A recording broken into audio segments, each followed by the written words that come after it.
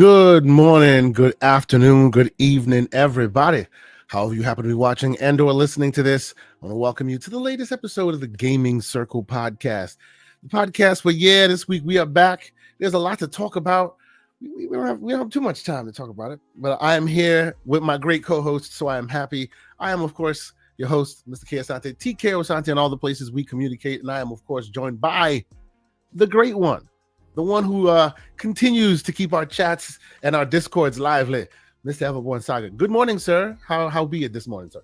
You should also add the one who is struggling with Git at the moment. I'm trying to push the project. Okay. Yeah. I was using Unity's version control for far too long, and now I'm moving everything to Git because I got like a paid GitHub account because I want to. There's all kind of Copilot stuff going on, but point is, I'm a little frustrated, but I'll figure it out. We love Developer Everborn Saga. It's been a while since Developer Everborn Saga made a appearance in our Discord, so hopefully we see and or hear from Developer Everborn Saga soon. By the way, Roshan Eppinger asks, "Do we change our mic? Is it better? Is it worse? What's going on? Like Wait feedback." No. By the way, because the what do you call it might be nope. I'm using the right mic. No, you sound fine to me. That's why I wanted feedback. By the way, you'll also notice for the video viewers a little bit of a change in how we're structuring the videos, the chat, as it were. You can see y'all chat. Oh, he says it sounds far better and clearer. Well, thank you. That's beautiful. Hey, better is always better. I appreciate that. That's great.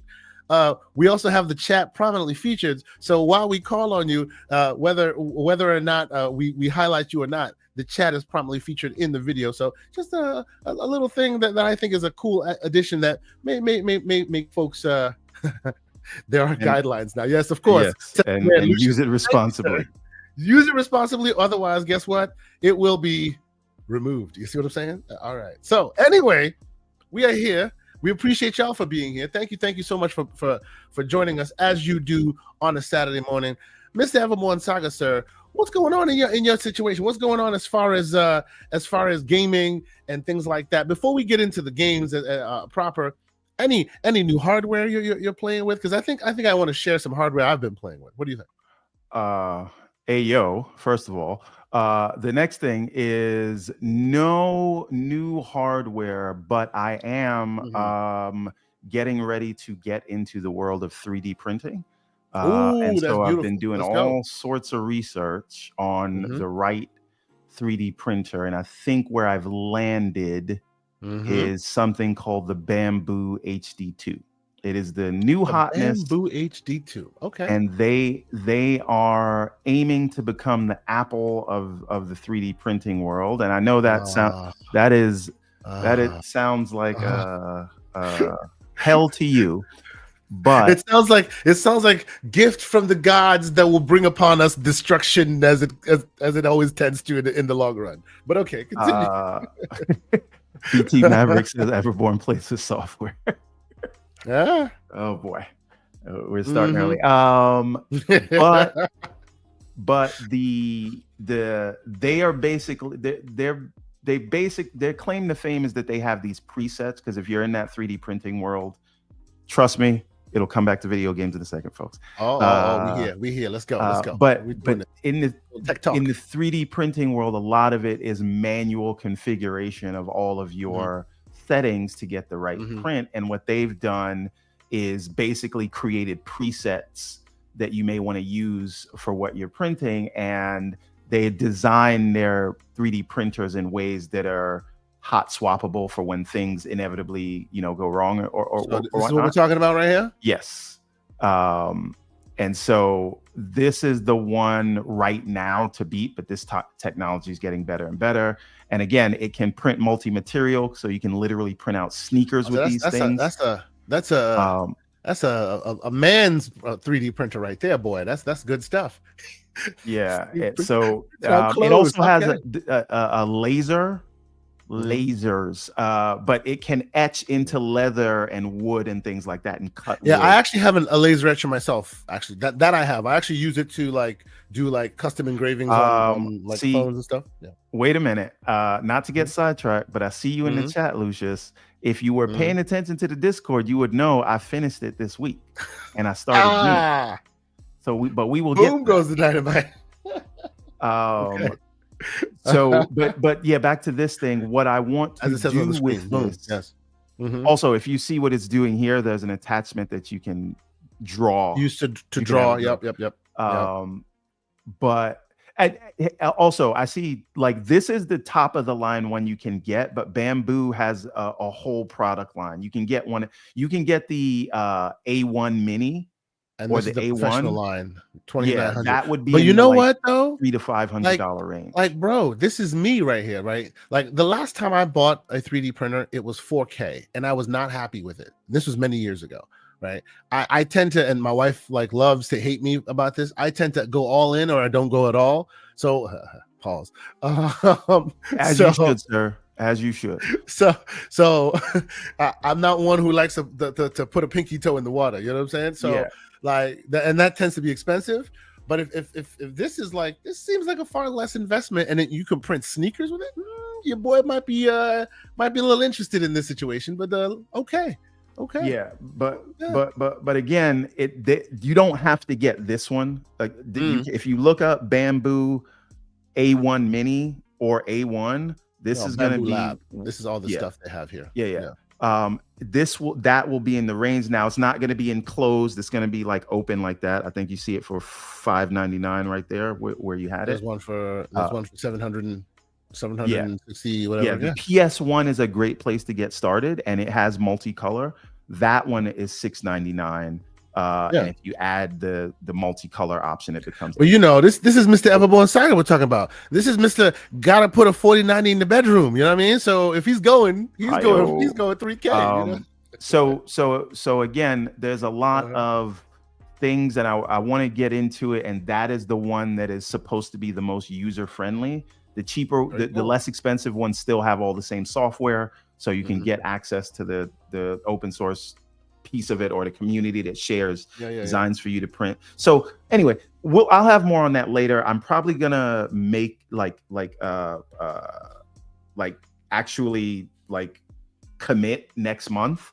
But yeah, that's the I think I'll let you take the first strike at that. But after that, I might be not too far behind, because you've enticed me. That's a good looking situation right there. I might be in the market, because what I'm trying to do. Quick aside, I got some different little components, LCD screens and things. I want to build a handheld with my son, and I'm like, housing a body. I could do it with that. And right on top of that, for your existing handhelds, you can literally print your own cases. Yeah. There's that. Cases, print your own handheld cases. Exactly. So yes. What I'm going to use it for is the characters that we have from the comic books. I want to create dioramas of them, like 1/10, 1/6 color dioramas that we can offer on the website to people, and then we can also do the busts, like, you know, the head and chest, that we can display on the tables when we're at conventions. You got a plan. Very nice. And of course, once you have the style and everything defined, it's just a matter of reprint at scale. So obviously it's good to have the professional version of it, so you don't have to be paying extra. You can even use that. I know people who purchase those kind of things and use it as a little side hustle to print other things, kind of Etsy style stuff. It's interesting. You know, it's good. It's good. Yeah, I mean, once again, when you come to the like, if you're gonna do like what you're talking about, like a print farm, and you want to get started, what I've seen people do is get the A1 Mini, right? So that's a smaller one. That is once again below $400, and they'll have like 5 or 6 of them, and then they're just printing full time. That's interesting. Very cool. And you don't have to print one item at a time. You could print a bed of items based on what it fits. But again, I don't want to romanticize 3D printing because Oh yeah, it's come a long way though. It's come a yeah, long way from the world of you dealing with your own spoolers and building the device like as a basically a rite of passage in order to be able to right. maintain your own device. Clearly, it's come a long way. So that's good. It's good. I appreciate that. That's And awesome. last thing, Mhm. in my research, I found out that there are also 3D scanners. So you can actually scan something in 3D, get it in Mhm. Blender, uh, I mean, make your sir, edits, and then put it in the software. your iPhone can 3D scan items. There are specific software that has been built that uses your iPhone as the lens and scans 3D, and then you can literally print that. That exists today. Yeah. That's before we get to AI, where you could take an image of Yeah. your favorite character or whatever, or maybe you Hmm. draw it and Yeah. then say, "Hey, AI, turn this 3D," and then take it in other software to take that flat 3D image and have them create a character model around it. Yeah. And then you could There's a print that lot going character on model. in this world, in this 3D space. I left it some time ago. Like I said, at the time it was too expensive, and the stuff that they were offering to me was just not at that level, right? And to get to that level, it was like 20, 30K, and I wasn't about that life. So I just kind of sat back after I invested a little bit into it. But based on what you're saying, it looks like a lot has matured in that space since. Might be worth looking into again. It's good. It's good. That's awesome, man. So quickly, because we're talking tech talk and what we're talking about, let's do a little bit. Let's do a little bit more tech talk, and I'll do a little bit of show and tell. Here we go. So I have been waiting, and I've had this device for some time now. Those who know me and those who are in our Discord, cheap plug, join the Discord. Those who know me know that hang out with the kiddos, always hanging out while we're in Discord having chats. And my son loves to play the games. He loves, just like me. He's a chip off the old block, as it were. So he's a big gamer like me, and in so doing, he plays my handhelds, picks up my games and things like that, and he destroys things a lot. That's what he does because he's a little kid, so that's what they do.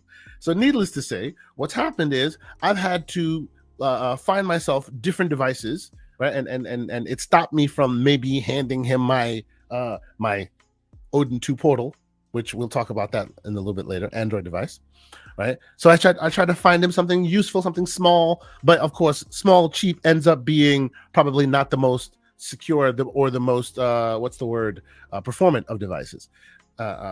This is and it's very funny sounding. I'll let you pronounce that. The Pow Kitty X55. Oh, Got it for okay. under $60, right? Very, very cheap piece of crap, basically.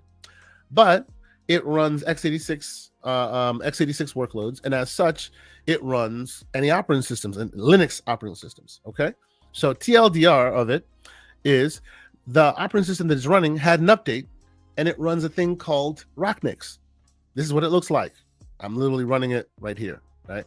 And it makes this thing so much better. Oh my God, it's amazing. Oh my God. And of course, as you can see, it's meant for old school emulation, things like that. This is the reason why I picked this up instead of maybe the Steam Deck or something like that, is because if my son drops the deck, my heart skips a beat. This is for people who know American cars, this is the Saturn of handhelds. It's lots of plastic, it drops, I'm not hurt by it, right? So but that software is so, and it's basically a front end that runs a thing called Emulation Station. People who know this environment know exactly what that's about. And the back end is a variant of Linux, so it keeps everything very lean and it runs really, really well. So even something like this can run any and every 2D game, all the way up to like Dreamcast and PlayStation 1, right? Everything in between. And it runs it like butter. This thing that cost me less than like $50, $60, right? And I've had this for some years now, right? So I bring this up because you'll notice that a theme that'll form here, everyone, in today's conversations, because it seems that we are in the land of the front ends and the OSs that want to take your life away as far as gaming. and I've been kind of playing in those waters as well. There's some excitement in those waters, so much so that I actually had to tap into Latin Quarters. Now, for those who don't know Latin Quarters, join the Discord. Here's another cheap plug, join the Discord. Latin Quarters, who get you right with those prices that are undeniable, right? I was never, ever, and now, of course, Everborn's going to take my knees right now. I was never, ever, ever, ever, ever going to buy a Legion Go. But then there was some exciting news that happened, right? And I wanted to test out some of these Windows excitement. And that Latin Quarter price was undeniable, sir. So I am now the proud owner of a Legion Go. So there you go. Now, this is why you and I always get into it, because you just get so incredulous when I just know you're gonna end up with some new piece of hardware eventually. Yep. All roads. Now hold on. Everborn is allowed to. Everborn is allowed to literally like enjoy. And let's get this close up so people can really get the goodness here. Everborn is allowed to totally just like enjoy himself and revel in my knees and all of that. I will let him continue to do that, but there will be a qualifier that'll add to the mix that might, see some. And yes, Mr. Augustus, it is absolutely pig activity. I will acknowledge that, but the qualifier might assist. Go ahead, Mr. Everborn Saga. The floor is yours. My knees are to do with what you wish. Do you need them ashy, or do you need them once again? Hey yo, but what I will say, that is another thing that I'm going to do with the 3D printer. I'm going to print out knee plaques, so if somebody loses their knees, it's going to be printed anyway. Yeah, this is the thing. You eventually get these things, and so hey yo, this is why I know when you say you're not going to get something, all I got to do is wait. Yes. So for the record. And here comes the qualifier. For the record, when I say I'm not getting something, that means at the current price, because I can always be bought. Let's be clear here. These are digital receipts. You can use it later. Always at the current price. Now, if you free 99 the thing for me, then you got me. It is what it is. Now, I'm not saying this was a free 99 situation. There was definitely pig activity, but this is my qualifier. Okay, here we go. So. This is the price of a Legion Go right now. That's the price right now, $600, and that is for the 512 version. Right, that is the cheapest you can find it. That is literally the cheapest you can find it. Right. I wasn't buying it for the original price or even that price. I bought this guy, the 1 terabyte version, for $360. To me, for a technical device of this caliber, a steal. I didn't need it, that's for sure. Pig activity, no doubt. But for $360, yeah, I can use this as my device that I will run various cool operating systems that we're going to be talking about today on. That becomes the realm of impulse buy for me, right? This is a device that averages for $700. See, I'm not gonna make a big deal about this today. But the next time K Asante says he's not going to buy this thing that everybody's excited about because he's a contrarian by nature, I'm just going to have to call back. Well, my question is this. My question, and the chat is here. Y'all can come at me. We here. This is what we're doing in the morning. Oink, oink. Yes. Hello, I'm K Asante and I'm a pig. And y'all should just go oink, oink, oink. Yes, that's right. But $360. Who would say no? Tell me you'd go, nope, that is pig activity. Nope. A $700 on average device, which on sale right now, even the lowest version of it is $600. This thing is $360. I was like, hey, now, I think I can, do a little bit of pig activity there. That'll require a little less forgiveness. Anyway, so long story short, I bring myself to the congregation. It is what it is. All right. I am now a proud owner of a Legion Go, which I'm excited to install some stuff on. May 24th, the year of our Lord, 2025. I just want everyone to hold on to this episode, hold on to this date, because we will come back here the next time Kay is pretending he's not going to buy something. Now, pretend. Okay, so next time what I will do probably is I'll add that qualifier at the top. It's always at the price point, but continue. Go ahead. Yes. Other life news. My son turned 24 years old yesterday. Wow. Wow. Happy birthday, Junior. That is awesome. That is awesome. That is fantastic. That's great, man. Yeah. How's he doing these days? He's good. He's good. He's good. He's working. That's awesome, got a pretty good job. We're doing some technician work in banks. So very proud of that guy. Salute to Junior. Wade Johnson 1 goes, where did you get it for $360? Well, join the Discord. We have what is called Latin quarters. Now, if you catch him at the right time, at the right price, all things can be yours for the right time at the right price. So he got me for $360 for a 1 terabyte situation. Now, that's not to say there's going to be many of those, right?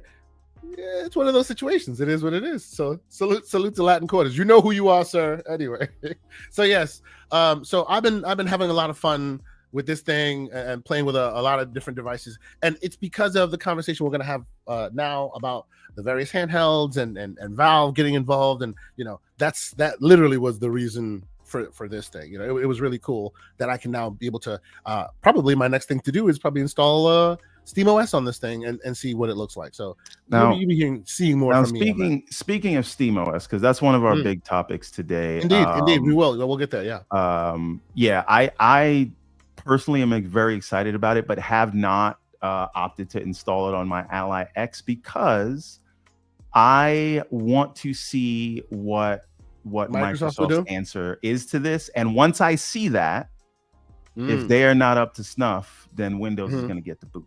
But we'll come to that when we come. Okay. Very nice. But all right, well, let's do this thing like we always do. But before we get there, the legendary Yobi once again blessing us on a Saturday morning with a $20 super chat. Sir, thank you so much for being here and always the great generosity. He says, peace, love, life. Hello, panel and chat. Keep up the fantastic work as always. Hopefully 2026, I'll be stepping out of on these events and rocking out with the community. Thank you so much. You exist for a reason. You're important. #legends. Sir, your generosity and your kindness is always, always appreciated. Thank you for being here. Always appreciate your kindness, bro. Thank you. And of course, I see the man. He's in the chat. Paris said he installed it and it works just fine. Okay. So are you saying that you are now like no more Game Pass? Like I am done? Because that's one thing you can't do, sir. I mean, I'm talking about Paris. I know you. I saw you playing Mr. Best Value in Gaming. Yes. What are you doing about your Game Pass? I know you're on the red lightsaber side of these days. I saw you play the Dark Ages on Steam. So what you doing there? It is what it is. But Paris, you've installed it. Does this mean that you're not going to be double dipping? He was always booting with Bazite. Okay. I see. But see, dual booting is double dipping. Dual booting you can get away with because at any moment's notice there's Game Pass, right? But if you're doing this, there is no dual boot for you. Well, I mean, no. There actually is, but it's not easy. If you're a tech guy, you could do it. You could actually dual boot Bazite. No, not Bazite. You could actually dual boot SteamOS, the proper SteamOS, with Windows on the Ally as well. So you could kind of still get away with having both on there. I might do that on this guy. You know what's an experiment for us? Do you remember the Bazite box? Yeah. Obviously, sure. Paris, come to yours, welcome. But you remember the Bazite box that we built? Absolutely, yeah. Now remember, I installed another terabyte SSD and put Bazite on that. There's still a Windows thing that was never used, never booted into. Maybe I'll put SteamOS on that 1 terabyte drive. And see what the difference is between that and Bazite. See now Everborn, mini PC. we can get real cool with the technicalities and get technical with it. You like to lead that CEG movement. I will tell you, there's a way of literally having that morning that beautiful like console UI, deciding which OS you want to run. You can literally boot into it and it'll go, do you want to run SteamOS or do you want to run Windows OS? And depending on which one, you can click, and then it boots into that one or that one, all from start. We can set all that up. Yeah, it's a little bit too possibilities. Much. But too much work. But Yes. we will talk through it. Now, one thing I will say is last night I tried to see what life is like on the because first of all, on the big 4090 PC, which is connected to the 55-inch OLED, whatever. That is running Windows. There's nothing installed on it but Steam, obviously, in the good morning, La Femme Topez.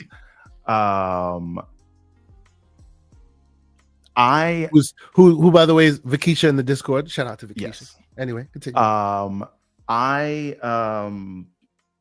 I usually run that in it, like there's Steam installed in there, and obviously the Xbox installed in there, but it just runs in big picture mode at start whenever and then I don't restart it. I don't really turn it off. I just wake it up and it's right back in there. So you wouldn't know that rig is running Windows. That's what I'm doing today.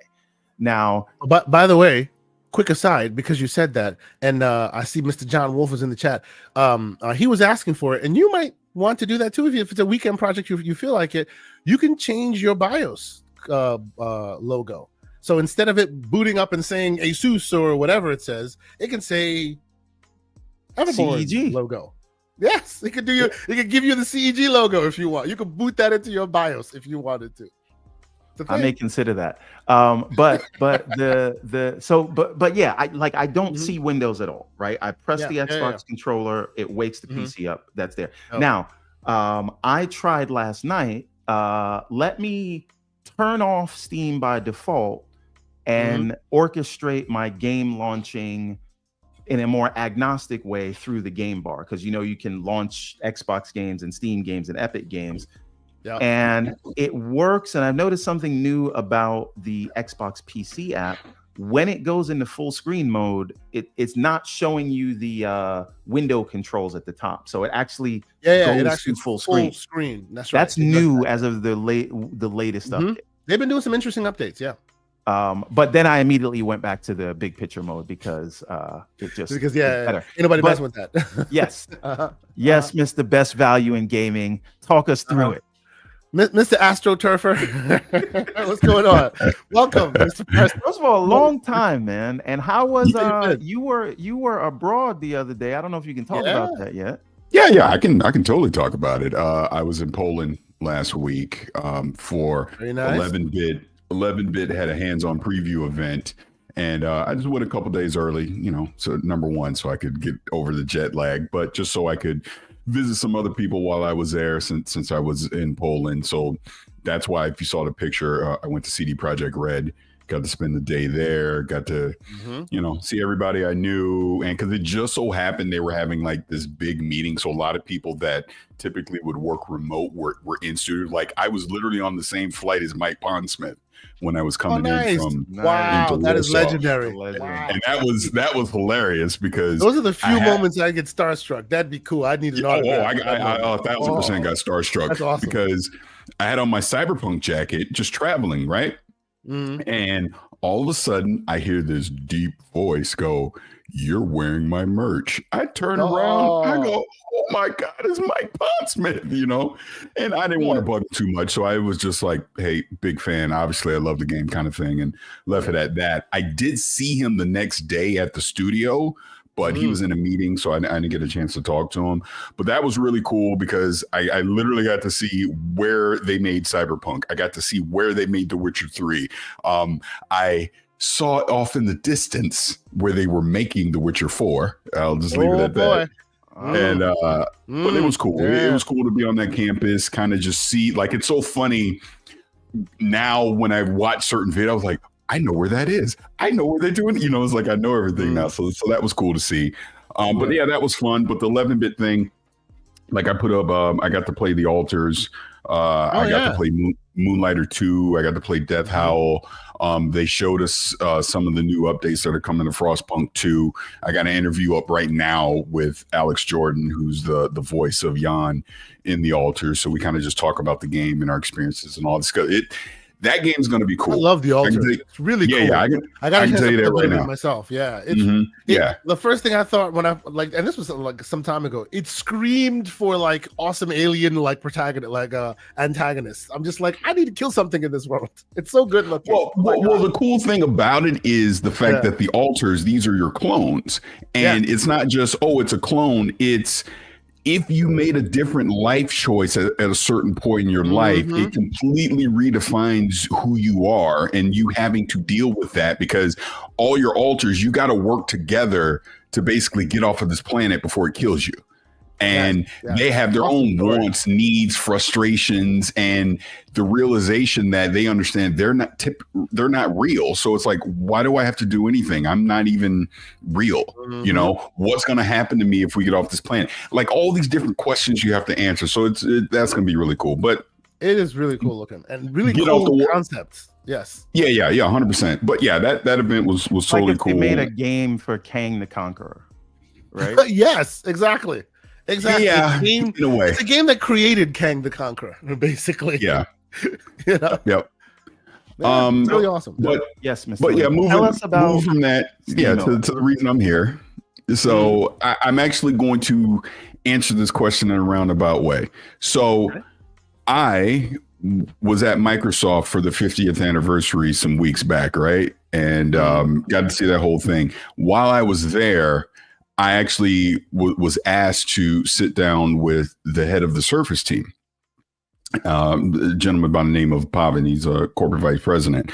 And we talked about gaming on Windows and what I would like to see and where they could go. And essentially, and again, he didn't give up any super secret anything, so I'm not breaking any NDA or whatever. But I mean, Jason Ronalds openly talked about this as well. So they're clearly synergizing the Xbox experience into the core Windows experience. That's happening 100%. And we talked about why I currently prefer something like SteamOS because the UI scales. Whether you're on the handheld, whether you were to blow it up onto a desktop, it's a simple UI. It's universal across the board. That is where Windows is heading. You were kind of already talking about this a little bit, Everborn. You're starting to see some of the small puzzle pieces get put together to do that. But that's long game. That's where they're headed. They're essentially going to do what Valve has curated over the past few years with their UI. That's what Windows is going to do. This is why you see this is an Xbox, Play Anywhere, all of that, because they want that UI to be universal, whether you're on a console, PC, handheld, cloud, doesn't matter. It's universal across the board. So that was a fun conversation. And I would imagine we're going to hear more about that in the next couple of weeks, obviously with the showcase coming up, because this is where Xbox is going. You know, it's Windows and Xbox are going to be universal. But speaking along those lines, so yes, I did put SteamOS on my ROG Ally, but I had already been using Bazite on there as well in a dual boot. So it wasn't unfamiliar to me. It was a fairly easy, simple, quick install. I mean, I literally just put it on the USB drive. My question, I guess, is, are you now like dedicating this thing to SteamOS, or will you still dual boot back into Windows? And this is why I set up what I was saying before. If Windows, Xbox is able to nail this UI and give me, and because and I even when I talked to Phil Spencer, we talked about this, and he's obviously leading this charge in agreement. I want to press the button. I want to boot into the Xbox experience, and I would just want to play my games like I would on a console or on the PC, on the handheld. If they can replicate that, then there would be no need for me to have SteamOS anymore, because now I get the best of both worlds, where I got the Xbox UI that I want, and it's not a big if, by the way. Okay. It's not. I'm just telling you from the conversation I had. It's not. This is happening. Anyways, my point is, once this happens, yeah, I would go stay with Windows, because now I can obviously do the Steam experience on Windows, and I would have the Xbox experience on Windows. So I would get the best of both worlds. Obviously, Game Pass being a big part of that as well. But to Lucius's point, until we actually see it in action, take it with a grain of salt. I get it, but the devil's in the details, as they say. Yes. They're doing it. They're doing it. So, like I said, I would imagine Summer Game Fest, we're going to hear a lot more about that. And we'll see it, because I also think we'll probably see this Asus Xbox handheld at some point during Summer Game Fest as well. I doubt it's in the Xbox showcase, but they'll show, somebody's going to show it. Yeah. So just a few things. I understand, like, and I've said this myself, right? And I'm notorious for having Game Pass, but not wanting to use the Xbox PC app for reasons. So I buy a lot of the games in Steam, which is why I'm so adamant about them like getting that experience right. And I would also like to say, Mr. K. Asante and whoever else is listening in the chat, it sounds like Mr. Lilly is a CEG member, whether he wants to admit it or not. Now, Paris, if you don't know what CEG is, I don't know. He still lives in the land of PC. He doesn't need to Christopher Columbus it. He doesn't need to come to a certain land and then claim it for his own and then start making shirts. Leading the witness. He knows. Objection. Knows. Paris, we who have been in the waters of old and new Valve have lived here for a long time. It's taking them a long time to get to where we are now, and you and I both love about the big picture mode and all of that. Yeah. It took them many years to get there, right? Yeah. But eventually they put the puzzle pieces together there, and now they are at a place that we all like using their UI, right? So this man shows up, says, "Oh, I've discovered something. I never said I claimed this for me, CEG," and starts building logos about it. I'm like, So Paris, they don't like it when I say I'm a console experience gamer, because they want me to use a mouse and keyboard and whatnot. No one said that. I am just someone who appreciates the console experience. That's all. But even what I'm to that point, forever we've been using a controller. No one said that. All we're saying to that point, when you show up, don't start making logos and calling it CEG. It's been here before you discovered it. Please continue, Paris. You're both correct, because K. Asante is correct. It was here before you started branding it. But this, again, is where Xbox is taking the PC experience. Yes. 100%. Oh, yeah, absolutely. Yeah, absolutely. So but yes, this is the back and forth. Now, the other thing, Paris. So one about them getting it right on the first time. I think what's interesting about these moves is that they are rolling these things out to the public under our noses, right? So when we talk about the expanded, the improvements to the controller input, which we did a whole segment on in the Xbox PC app last week, right?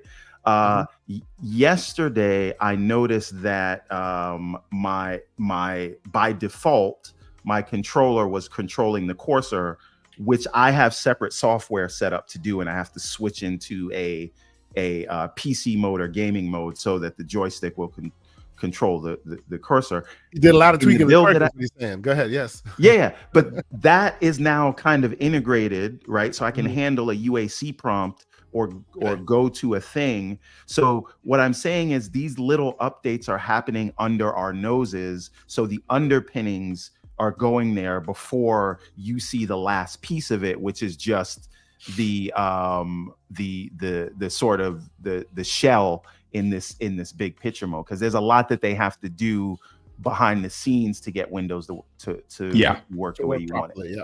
No, you're exactly correct, because again, this is the conversation I had with Pavan. It's a slow burn, and if you even think about it, they just did another update. It's still in the alpha or whatever for the Xbox app on PC and on console, where now you can start removing tiles and you can customize it, because they want to make it so that when you're on handheld, you get more screen real estate of what you're being able to see on stuff, right? So this is all happening. And I even, this was almost a year ago, I went to a Surface event out in LA, and they were showing me compact mode for the Xbox app on PC. So it's like you said, it's tiny little things that they're doing slowly. And then you could roll out Phil or Sarah Bond to come on stage and go, look what we did.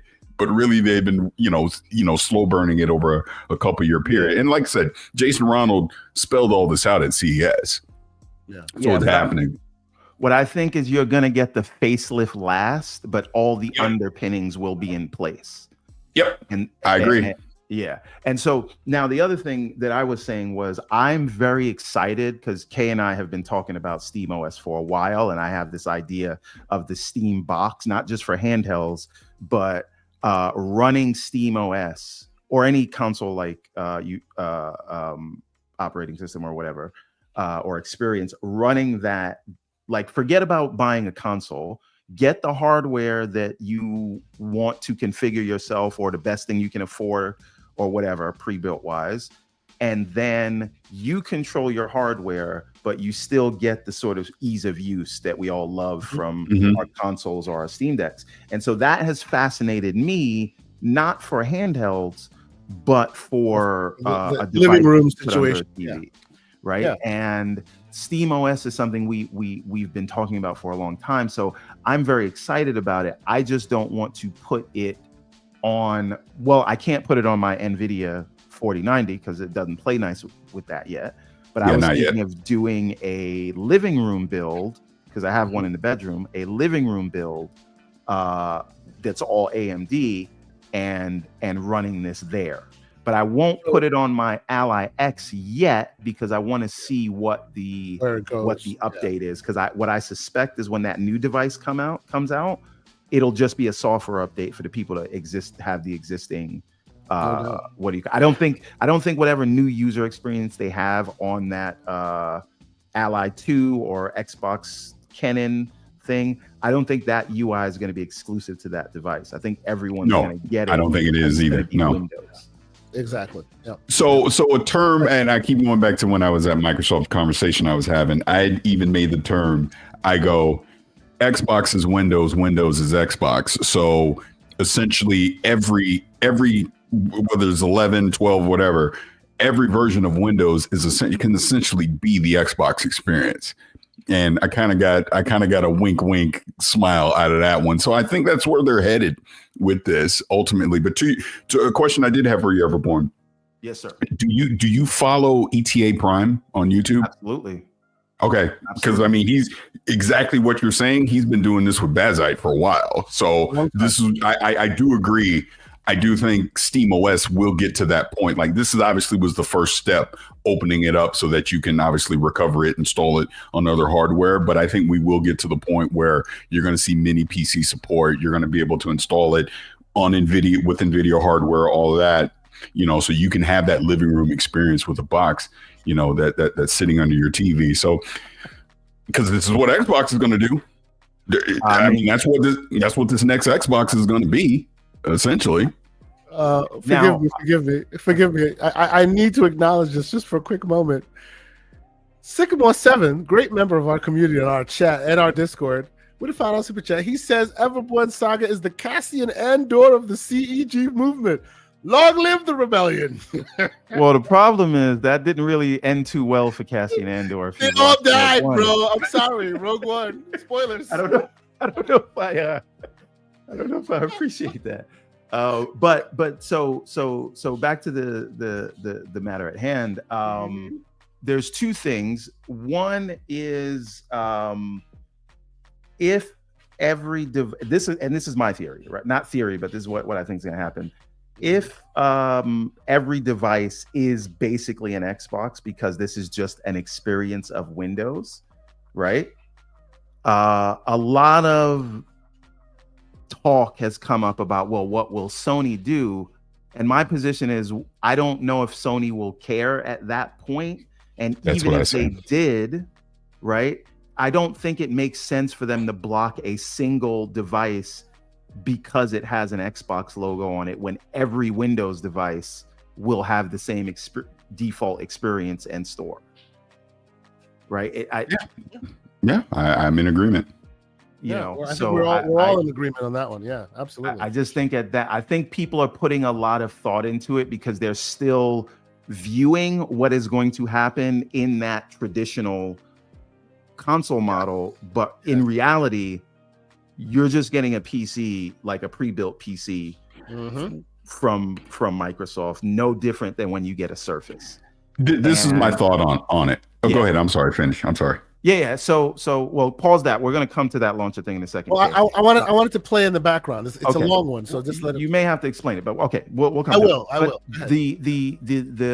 The point is, you may want to block the one that is made by Microsoft. Are you going to block the one made by Asus? Are you going to block the one made by Lenovo? And at that point, why are you on PC? Right?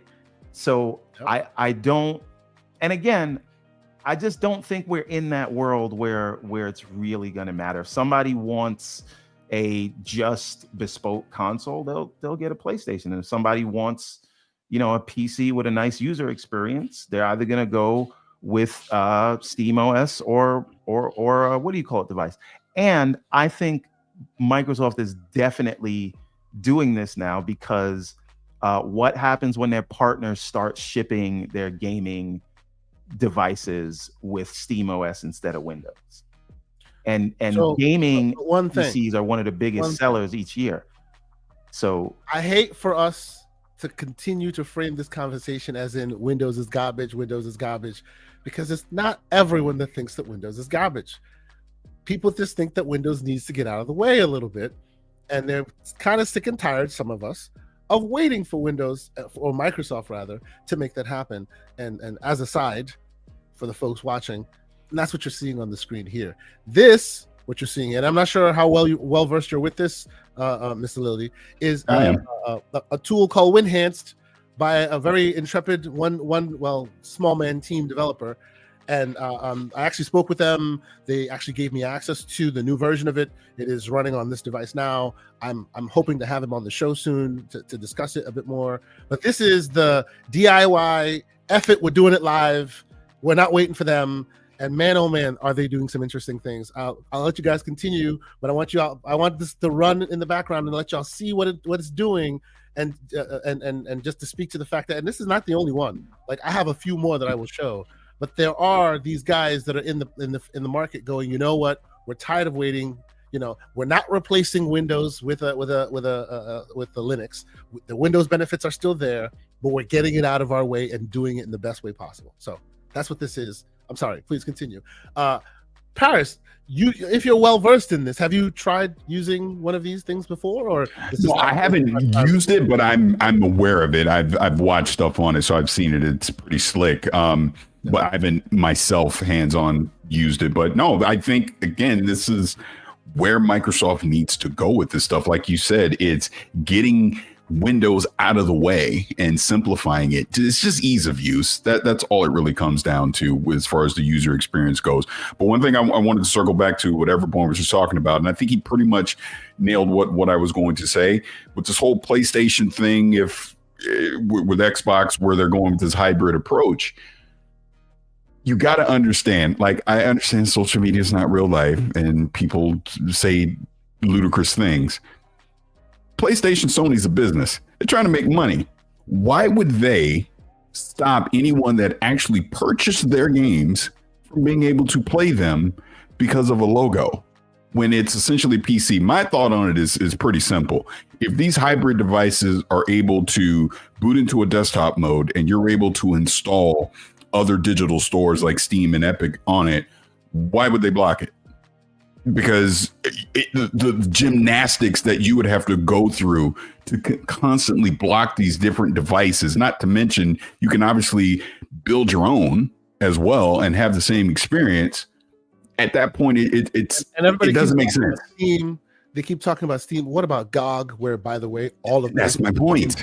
Yes. Like, it's just a whack-a-mole, ridiculous, weird notion that's just not. And for what? And for what? At the end of the day, obviously you cared enough, let's just say Spider-Man 2, you cared enough about Spider-Man 2 that you went and bought it on PC. Yep. Why am I going to stop you from playing it? Why am I going to stop you from playing Helldivers or whatever, right? So it's like, it doesn't make sense. Don't get it wrong, though. Those who have the assertion that PlayStation might try something aren't necessarily wrong, because they're talking about historical reference points. And historically, they've been that type of company. All I would say, though, and you can tell me if you disagree with this, they have tried and tested the PC waters to certain various degrees, and they're learning that the PC folks may not necessarily deal with things the same way the console folks may. No. And in so doing, they're moving differently. Can we just talk about? Okay, can I bring up the soup thing, because I keep seeing this? I was just about to say that. Go ahead. I'll let you take it, please, sir. Go ahead. So here's the thing. Blocking cloud streaming of your game because like the cloud licensing is a different conversation. Is a completely different thing from whether you're going to say, I'm going to block all this hardware. And again, what if what Microsoft releases with the next Xbox is some form of a bespoke thing that is only available on their hardware, then yes, Sony is not, would potentially do that. But if they're going with the broad approach where this is just Windows, it doesn't make sense, because again, this means they're going to block every device. And that's just not. If you build the gaming focus into Windows, now you can't differentiate it from a different Windows. Yeah, there are other ways of doing it, but it's a very whack-a-mole, very PR nightmare heavy process to a new ecosystem that you're trying to cultivate new users from. It's a non-starter, honestly. Can I say this? Can I say this one thing about people that are, or they're going to block it, they're going to do this, they're going to do that. Did you watch the last earnings call that Sony just had? Thank you. I rest my case. That's literally all. Go watch that, and then you tell me that they're going to go jump through the hoops to try and block customers from playing their games. They're not. We're in a different world. Look, whether people want to believe this or not, I've definitely talked to people that are in higher pay grades than I'm in, that are a lot smarter than I am. And I'm telling you, we're in a different world now. The console wars and where you think all this blah, blah, blah stuff, it is clearly changing. It's changing. Yes. And I may or may not have said this a couple years ago and people got mad at me, but now you're starting to see it. That's all I'm saying. Yes, sir. Yes, sir. Now, Everborn, any other points you want to make before we turn our attention to what we have on the screen here? Yeah, and again, if we think, and this is the last thing to say on it, maybe they block one specific device. That's not what really Xbox is anymore, right? So yes, that's the point. Yeah. If they block it on the Surface version, then buy the Asus version. Are they going to block that too? Yes. Yeah. Steam blocking it is different, right? And they say, oh, they blocked it in those countries. Those were different situations, which Craven as they were is a different situation. I understand that. And I'm standing on my square that I continue to say that those were Craven moves that they should be correcting. But that's a different conversation than what we're describing here. This would be them nitpicking hardware based on which is avoiding the Xbox platform. I honestly think, is there a world where there were ideologues that would do so? Absolutely, there was that world. But back in those worlds, they were head to head. That console war head to head is gone now. It really is, right? Go ahead. Hey, Paris, do you have a Surface? Do you have any Surface devices? Yeah, I have a few of them. Do you run Steam on any of those devices? Yeah, I do. Mm-hmm. Okay. Are your Sony games blocked from your Steam library there? They are not. In my Microsoft. They are not. Right. Right. Yeah, so it's a different world that we live in. But yes, let me catch up on a couple of these super chats, and then we'll move on to this conversation here. Because Paris, I do want to hear your thoughts on some of these things. Shout out to the man, Big Mad Mo, who's been a member for 16 months. He says shout out to GCP. Love the interviews. Keep it up, fellas, and shout out to Paris. Got to watch your Ultras preview. Can't wait to see all of y'all game.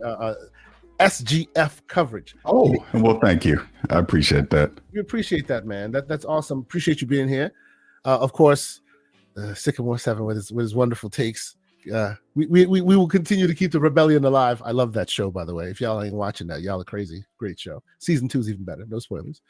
Sycamore also says, with a $5 super chat, let's not forget PlayStation did block players in regions who already had access to Helldivers, and that is a perfect example of them going sideways. Oh yeah, no doubt, right? And as we said, that has its reasons, and I acknowledge its craven nature, and as a person who's from some of those regions, I stand 10 toes down with that. But I don't think that's necessarily what we're talking about here. The Great Floodzilla $2 super chat. He says all roads lead to Gabe. Yeah. These days it seems like all the roads are leading to Gabe. Do. For now. Oh, Paris, I forgot to tell you. I don't know if you caught on to this, but apparently there was a conspiracy theory that when you were in Poland, there was some secret Xbox influencer meetup because something was going on with the Xbox cabal. Lord have mercy. Oh my God. Boy. Okay. Why let me, you know what? I'm not even going to say names. I have a good idea of who said that. Yeah. I call that shadow boxing. Leave that to Twitter, sir. I call that shadow boxing. Come on now. Unless they're here, don't acknowledge their existence. All right. Now, Kay, we're going to turn to you now because you have been experimenting with some of these Windows-based sort of CEG experiences. Oh God. Yeah. Okay. I have been experimenting with some of these front ends. I reached out to the developer of this specific front end, and he gave me access to the version you're actually seeing here. That was actually what got me to pull the trigger on this bad boy. I figured I might as well install it on this guy and give it a shot. I'm still playing around with it. It's such an interesting take on how we should move this thing forward, and it's not quite as invasive as others. And what I mean by invasive is like Windows has the Windowsness of it all, the back end systems and all of that, and then you have the Windows shell that people see. This is not replacing the Windows shell, so you can actually still see the taskbar at the bottom, right? It's doing itself to replace a lot of the stuff in the background, and as long as your computer or your machine has enough overhead to handle it, it's smooth as butter. Right, so it runs really well. Like as you can see, they call it the glass update. Everything just expands. Like he's done such excellent work with the front end and the what do you call it, the what do they call it? The artwork. Like, right, they expand. It makes it feel like very alive and very professional and very very well made. So shout out to the folks that at Winhanced. I'm looking forward to having them on the show to talk a bit more about it. So it's really really cool. I'm very excited to see this. He actually says not too many people have experimented with it on the Legion Go. So I will send him my feedback on that. But besides that, there have been a few others that I have been experimenting with besides the one from Winhanced. As I said, I've been playing with Rocknix. As you guys know, Rocknix is more older. Retro game focused, but it gets all the way up to newer platforms. But that's also been something that I've been enjoying myself experimenting with. And then I came across this guy, also a Windows front end, an installed app that you can just install based on the PlayStation 4's UI. It scans your hard drive and and basically just sets up all the games to look like the PlayStation. Oh, let me get out of there. It's giving me a thing. Yeah, just to set up the PlayStation UI. Super interesting takes on, hey, we're tired of the Windowsness of it all. We'll just do it ourselves, right? And as you can see, it has a lot of notes on what they used and how to install it. These things aren't for prime time. They're not for general consumption, right? So, if you feel like you want to get into those waters, you feel like you want to play, some of these things are super, super interesting, and you will really have a great time with it. My favorite one these days, and I will show this off real quick. This is what I've been experimenting on with this device right here. And Everborn, I think this is something that you should potentially look at, even in your current setup with your living room setup. And that is a thing called game console mode. It is like so interesting. Game console mode. GCM, yes. And the developers, I know I've been talking to them on Discord. I have access to it. I'm also running that also on here. Now, what makes this super interesting is it is like if you've ever used something like EmuDeck, it's like a bunch of different tools that have been pre-configured and brought together to make your console-like experience best on whatever device you put it on. So this is not like, oh, we're going to install this front end for you. No. This is which front end do you want to use? And you decide all of that, and then we'll get Windows out of your way. We'll literally remove the Windows shell. So all you have is the front end of your choice. So it could be Steam. Oh, let me see. Yes, it could be Steam, big picture, and that could just be your front end, right? It could be Play Night, which could be your front end, or you could pick your own custom one. I actually even tried a custom one where I'm using emulation station and all this, and literally you put all this information, and this is how it sets itself up, right? You launch it, and then from there on, there is no backup, there is no background. They have their own custom task manager that you can set to one of the auto triggers, right? So as soon as you click that button, the task manager pops up and you can remove apps if you need to. But there is no Windows. There is no Windows front end. There's nothing. All there is that front end. And there's a lot of tools you can use, like a lot of interesting things if you want to use keyboard, if you don't want to use keyboard. For you specifically, Mr. Everborn Saga, this would be really awesome for your existing setup with SteamOS. This would basically go that extra mile and remove the Windows shell, leaving you just SteamOS, your existing setup, and any and every game that's in your library will auto populate to SteamOS because they have other tools in the background that are doing that for you.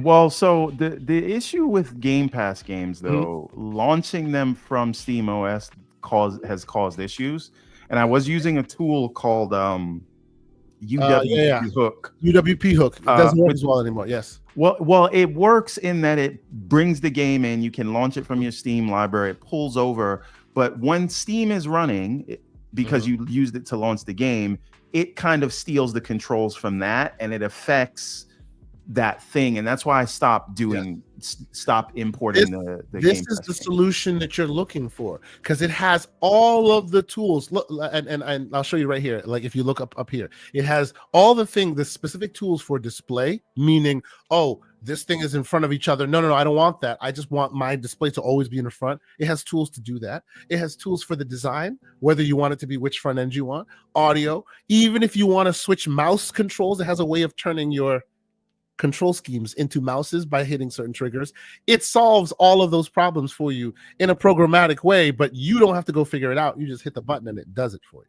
You really need to try this thing. There's one thing that I'll suggest to you and Paris and the chat. Yeah. So you just showed us Winhanced, right? I did. Ends with a D. Yes. Search for Winhance. I know. Now, I know. Yes. Now, when I downloaded this by mistake when I was trying to install Winheads, and it'll basically look at your PC and say, you got all this stuff running. You don't need whatever. Check the ones you don't want. And then it'll basically de-bloat your window. I know. That's another tool. That's another tool. Yes, absolutely it is. Yes. And by the way, this thing here offers suggestions for other things you like. The waters get deep. We're gonna get far into that, but these are various tools, and I bring it up because I love this energy going on within this space right now. Whether it be because of Microsoft or because of Valve, and we're going to get into Valve and all that as well, right? It seems that there's a lot of concerted creative juices here to solve this specific problem, right? So I'm really excited that Microsoft is also not resting on their laurels here. And for those who aren't aware, let's get into that story properly, which is that now Valve basically has ripped the Band-Aid off, and any and all AMD based devices now can install Steam in SteamOS and will work properly natively. Slight asterisk. They don't want to take responsibility for anything with Legion Go now. They just take responsibility. Legion Go and the Ally. Not Legion Go. Legion Go S and S and the Ally. Yes. So technically, it shouldn't. They didn't even mention my baby here, but I'm going to start installing it there, and it'll work. Well, so what I read was that like the Legion Go S, which they actually have the partnership with, the official one, that's the one they're co-signing, but they give you instructions for how to install Ally devices and the other ones, and it's not stopping you from installing the other ones. They're just saying this is the one we support. Here's how you do it on some more, but it's out now. Well, but see, I think the reason why they're doing that is because if you install it on other devices that don't have the exact same layout as the others do, then you're going to have to figure out your button layouts yourself. And they don't want to have to field those questions. So they only co-sign the ones that have the out of the box experience already defined, and then they leave the rest to you. But it's not going to be difficult, right? Give it a week, give it 2 weeks. There will be community builds specific for every other nuanced device you want, and it'll come pre-configured with all of those like shortcuts built into your controller schemes. Give it a week. Right, you don't want to deal with it yourself. Give it a week. I think Decky Loader is going to handle a lot of the little nuances. A lot of that too. Exactly. Absolutely. Yeah. That happened with that. So, but yeah, I think I hope that we see what I hope we see. I'm less interested in the device itself, and more interested in what will be available to the public in terms of. What do you call it? Hey, Paris, are you still with us? You might be. Yes, I am. Okay. Yes, I am. This is slightly slanderous, and I don't know if you can answer. But how ugly is that handheld that we saw leaked from the Ally? Stop it! I don't appreciate that. I will say. I want to see the final version because that representation of it was not good. Yes. It looks like it has a great personality. Let's just put it that way. As a man who uses handhelds that are function forward, I do not appreciate that remark. People who use the PS5 Portal, swear by it because it just fits in your hand. It's great. It's not the greatest looking thing. It looks like a weird boomerang thing, but if you function forward, once you have it in your hand, you'll realize why it looks like the way it looks like. So give it a chance before you call it ugly. Anyway, and I'm talking to you there, Sycamore. I know you in the chat. We talking anyway. Continue. I'm sorry. Stop being slanderous about the size of this thing. So, but I do think this is it's significant, and the software aspect of it is more significant than the hardware itself because it's going to spark. It is the start of a new chapter for what Xbox is. For when we can truly start saying like this is an Xbox, right? And so my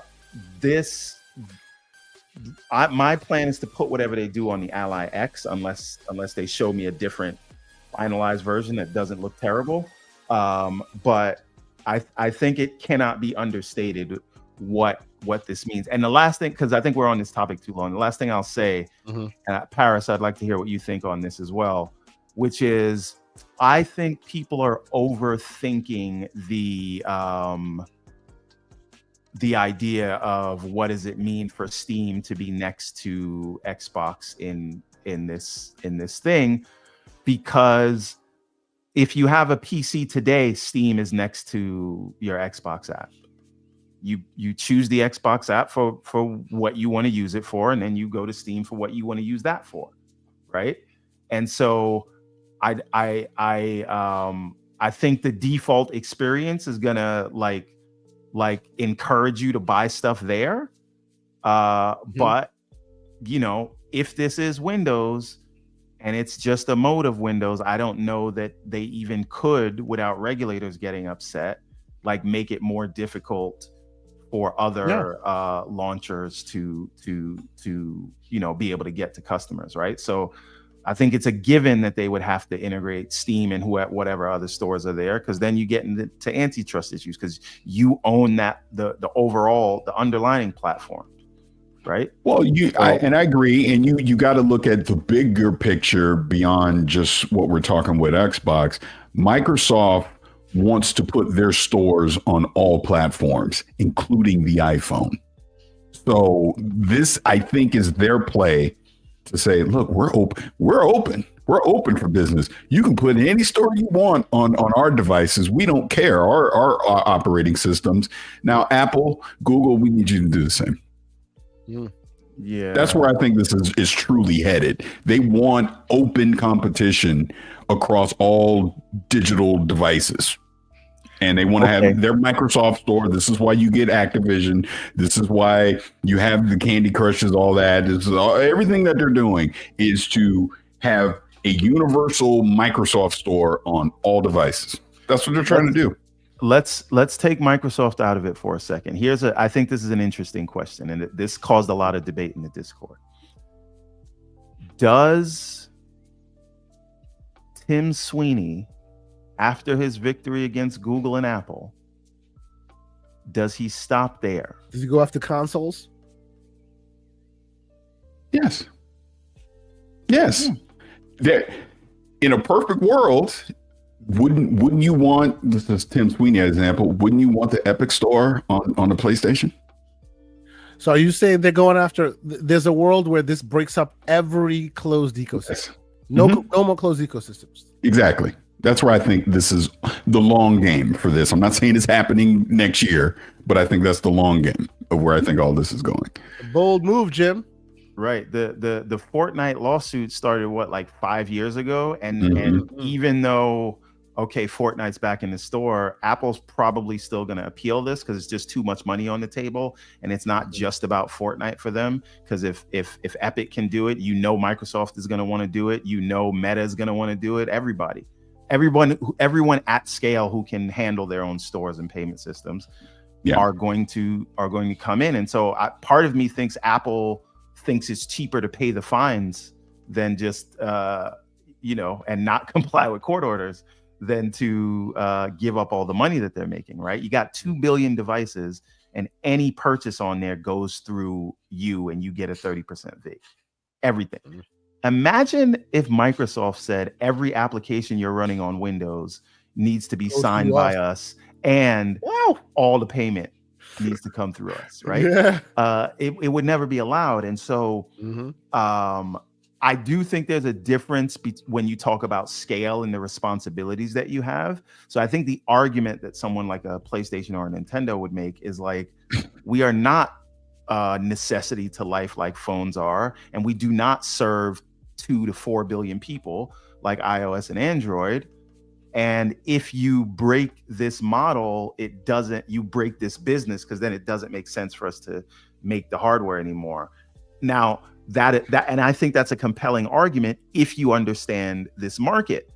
But as we've seen with the how many people understands this market that well? They don't really understand this market. So I don't know. They may just see it as the same thing. Because in reality, if you look at where the smartphones are, they didn't start as big as they were.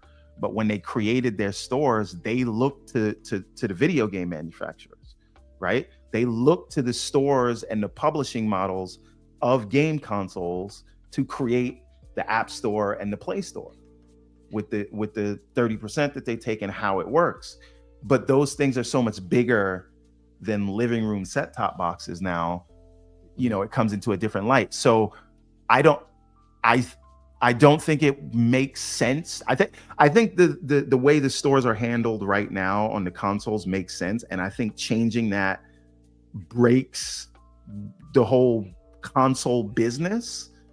And I think if that was the case, Sony may just say, it doesn't make sense for us to make hardware, right? Because if we can't subsidize all that cost that we spent on creating this hardware and doing all that, and now our biggest revenue driver, which are the third-party games, the bigger ones, now we can't get a piece of their stuff, maybe that doesn't work. So I think it breaks that business. I just don't know if regulators will be moved by that. But the great Hargeet Chani weighs in and says the era of subsidized hardware is over. That eliminates the problem with closed ecosystem stores, right? And that is true, right? The reason for one was the other, right? They were able to subsidize because they knew that they would be able to get you back because you had only one store. The moment the stores are now open, and they can't even subsidize hardware anymore, and anyway, right? They're just not doing that anymore with your $700 PlayStation 5 Pro and the like. And the next Xbox will be similar. So to his point, since they're no longer subsidizing hardware, why are they still limiting? Why are we still allowing them to limit you to only their store, right? The model is already broken. So yeah, there's that. Interesting. Okay. So Paris, since you're here, and I know Mr. Everborn Saga is going to want to take a victory lap, might as well have you chime in on this one as well. And that is the seemingly final drop of the FTC against the Microsoft's Activision Blizzard case. Mr. Everborn Saga, I know you have a lot to say about this thing. Paris first, What are your thoughts when you saw this? What did you think? Old news? Finally, we could move on. I mean, I feel like it's old news in the sense of there was no way the FTC was ever going to win this case at this point. So to just see it be final, okay, obviously change in leadership and government aside, yeah, none of this was surprising to me. Yeah, I mean, Sure, yeah. Historically, it's been a matter of policy for the FTC to not proceed with in-house cases if they've lost injunction cases, right? Now, in this case, they said, well, okay, we lost the injunction, but we didn't agree with Judge Corley's language in her decision, so we're going to challenge that. Because remember, a lot of this stuff is about setting precedent, right? So when you sue to stop this deal, then you even if you are unsuccessful, if you get something in a ruling that'll help you with a future case, you will use that. In this case, they did not get it, and the administrative court is a lower court than the district and the circuit court, right?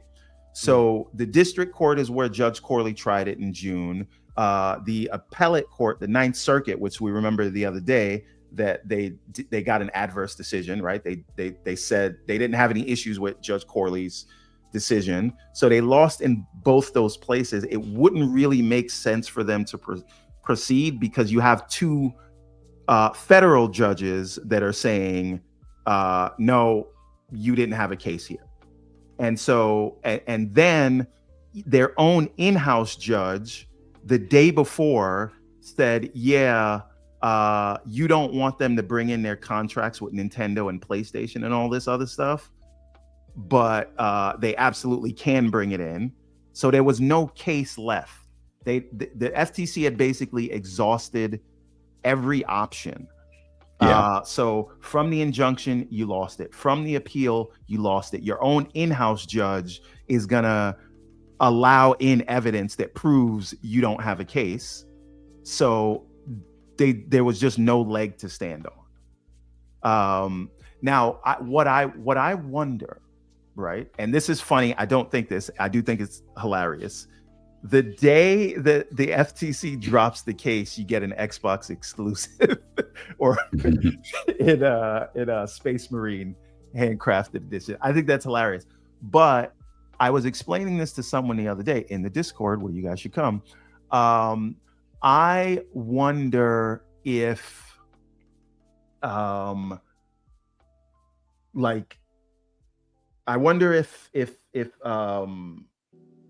part of anyone who is arguing against the multi-platform strategy that Xbox is currently doing, one, the numbers weren't on your side, but this case was also looming, right? And it made your argument a lot more difficult. If now you're on the hook for all this money because you closed the deal.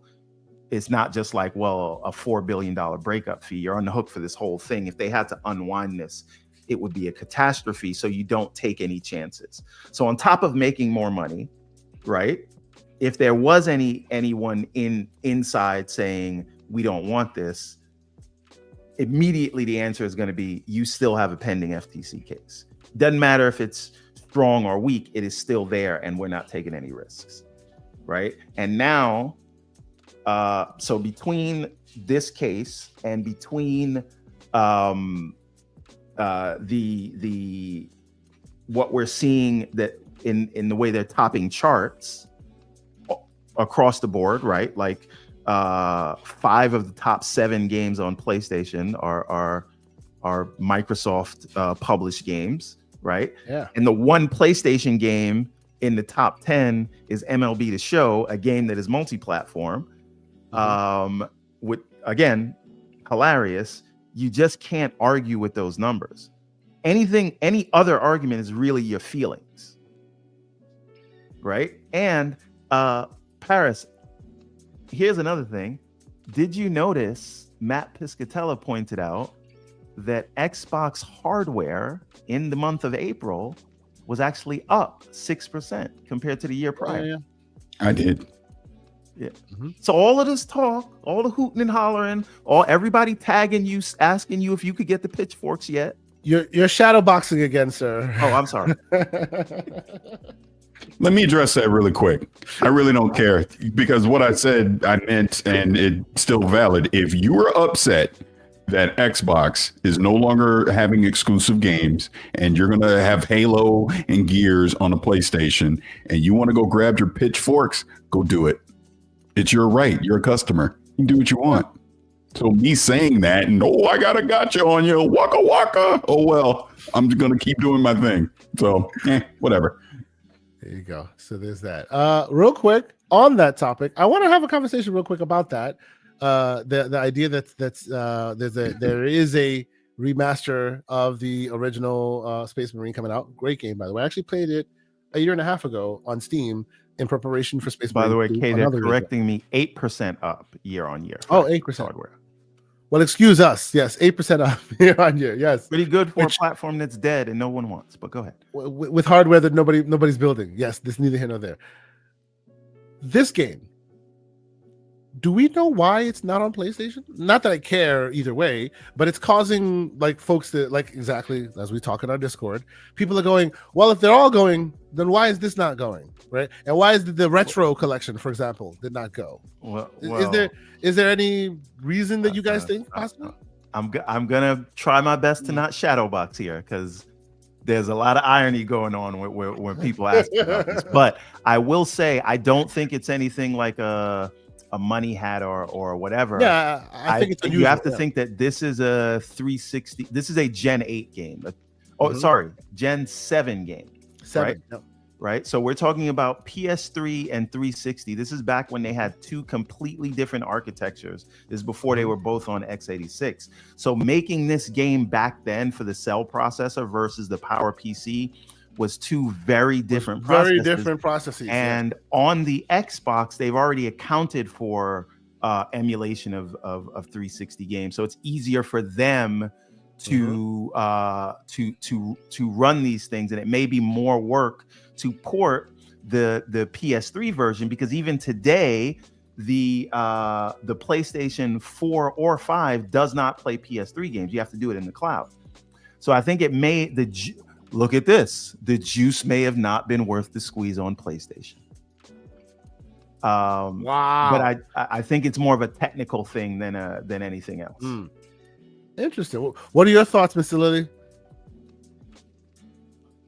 Oh, wait, I'm not on mute. No, I'm with Everborn on that. No, the juice is not worth the squeeze, in my opinion. Okay, because the reason I bring this up is because some folks were going, we're just getting used to everything going everywhere. Now there's an exclusive. What? And I'm just like, I mean, like the retro thing that's tied to Game Pass. Put Game Pass on PlayStation, and then you can play it. It is. I mean, that's what that comes down to. Although the thing that's unusual there is it's using the Andstream like streaming service system, which is everywhere, right? That Andstream service is also on PlayStation. Right? It's surprising that this didn't go there as well. But another thing, which is it's a custom app with Andstream in the back end supplying the content. Yes. But yes, I think the interesting thing that this highlights is just every time it's just this it's a weird thing, right? I know where you're going. Every time there's something like exclusive on the Xbox side, people just don't know how to act, and it's like we don't ask these questions when Black Myth Wukong comes out. We don't ask these questions in other cases. Yep. But then you see people wondering like why everything's not everywhere, and you have to ask yourself. Imagine, Paris, think about this. Imagine if they did keep the exclusives with the release lineup that they had. I think the tone and tenor of the discourse would be big, bad, evil, monopolistic corporation. Yes. Look at all the things that they disgustingly acquired with all their money and forcing you, because it's a bad thing when they do it, forcing you to use their ecosystem. Right. And that's how it was talked about before the deal closed. And now that things go everywhere, people view it as a capitulation, but in reality, like PR wise, it would have been a nightmare. And so it just shows you that people want to play their content on their preferred place to play it. And so you meet them where they at. Yeah, I mean that's essentially what they're doing for a long time. Yep. Absolutely. No, you're not wrong. I feel like some of us have a hard time getting to that place, but that's just literally where they are, right? You got to meet the people where they are, and it looks like they're done trying to. Well, not even done, but it looks like those who will be enticed, and those who won't be, and that's fine. And both will work because they have both accounted for now, right? So that's good. It is what it is. I still think that hardware will be excellent, and I'm looking forward to them potentially coming out with more hardware. So that should be an interesting place we find. I just need the UI. Me too. The great 108 Dragons. Shout out to Lemon. It's good to see you, sir. He's here with a $5 super chat. He says, "What's up, my brothers? And the fix is in now. We're worrying about something skipping the PlayStation. They'll get it when it's there. See y'all in June. Boots on the ground." Absolutely, sir. All right. Now, is he coming out? Is Dragon coming to Summer Game Fest? He should be in June. He should be there in June. Yes, he should be in Summer Game Fest. Indeed, he is. And by the way, Paris, I will be there as well. I did not know that. It was off. It was on, and now it's on again. Well, I look forward to. So I'm assuming if we can pause and talk about that for just a second. So I assume you will be going to the YouTube theater on the 6th. Yeah. So yeah. Oh, that's a yes. Okay. And then I assume I will see you Sunday morning at the community event. Yes. Excellent. And I think Dragon is also confirming that. So yes, I will see you all there. So I'm really looking forward to that community event. So the things that I have been shown and I've been told that is happening there, I think people are going to be part of that very community happy. event. I will be part of that community event in one shape or fashion or form. Yeah. Wow. I'm excited. So shout out to Ben. Shout out to all those who are working on it. Shout out to the great, the awesome, the relentless Hargeet Shani, who's always in there, always continuing to move the ball forward. Shout out to you, sir. Can't wait to see you. Wait to see you. Oh, yeah, that's the thing. As Hargeet said, yes, I will not be at Summer Game Fest on Friday because my flight comes in a little late. Oh, so you won't be at the YouTube theater. So no, then you won't make it. Okay. I will be a little late. Yeah. I was going to be there, but the flight's a little late. So ironically enough, I'm working that week and I'm going to be in Kentucky. And when I say I'm literally hopping off the plane and going to the YouTube theater, I am literally hopping off the plane and going to the YouTube theater. The thing, like what time is your flight land? Mine lands at like 2:00. So it's like it started already, Yeah, I think I'd land like at 11 or something like that. See, you could make it. Yeah, mine 2:00. The thing starts at I think 2:00. So yeah, it starts at 2:00. Yep. Myself and Boom, we land when the thing starts. So it's like, oh, we can't make it. So it is what it is. But a lot of the other guys will be there. We'll be in the community, and of course, the community showcase will be awesome. There's a lot of interesting things afoot. So yeah, I'm looking forward to it. It's gonna be real cool. So yeah, there's that. Mr. Everborn Saga will not be there. I feel real sad. Let us publicly shame him. Maybe he'll change his mind. Okay. Look, man, I got so many comic shows like Paris. I'm gonna. With the comic book, right? We're going to be doing Florida SuperCon in Miami in July. We're doing Anime NYC in August. And we're doing NYCC in October. And we're doing something in Jersey at the end of June, right? So I'm all showed out. And unlike when you get the media badges like we got for PAX East, when you go there as an exhibitor, you got to pay to have a booth there. So it's a lot going around. I need some sponsorship out here. Get the man some sponsorship. Come on. Get the Everborn Saga on the main stage. We got to do this. Come on. Maybe we'll work something out. We need to figure something out. But yes, it'd be great to have you in June, man. It's last time we were there was awesome. I'm sure this year will be great as well with the community showcase. It would be great to have you as well. Yeah, Paris, we got to have you come to one of these comic shows, man. Yeah, you into the MCU and all of that. Yeah, I mean, but you're doing all the stuff on the East Coast, right? That's the hard part. Yeah. The West Coast is way easier for me. Well, I'll tell you what though, we've been trying, and now that this year we're gonna go to so many shows, we're trying to get into San Diego Comic Con.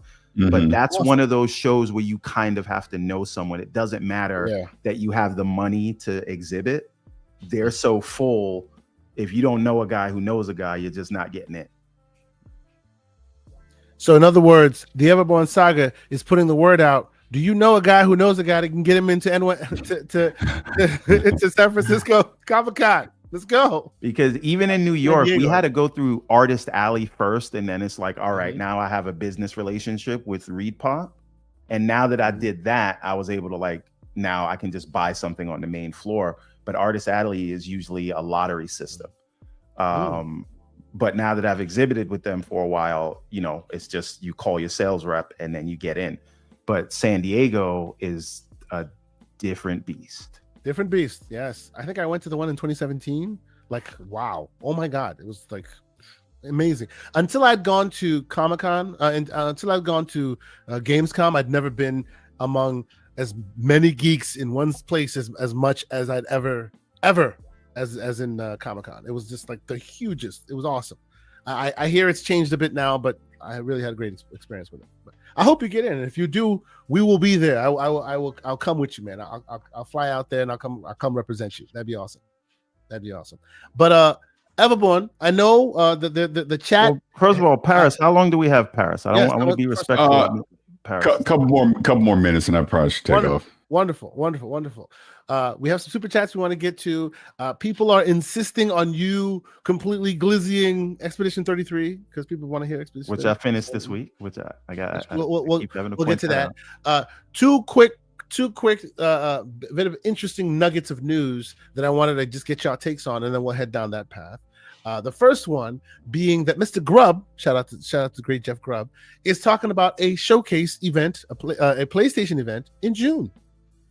Of all times and places. Now, his exact quote was PlayStation event in June. That's the entirety of what I can confirm. No specific dates. Not sure if it's a state of play or a big boy showcase, but I'm leaning towards state of play. That's it. Anything else I have a theory. People add is their own speculation. Shout out to Paris Lily. Go for it, sir. It's Death Stranding too. Death Stranding 2 showcase, basically. State of play, Death Stranding 2 state of play. That's what I think it is. Okay. Interesting. And then you do another one in September for Ghost. Yeah. And Hargeet agrees with you. Yep. Okay. I hadn't thought about it. No, that makes sense. Absolutely. Cool. See, somewhere in me, I was like, June? Are they all kind of the stars aligning again? No, it's not. No, E3 is gone. Leave it alone. Now I wonder when they'll do it though. Mid-June somewhere, or will it be coinciding with those June? Yeah, because when is Death Stranding 2? Isn't it the end of June, like June 20 something?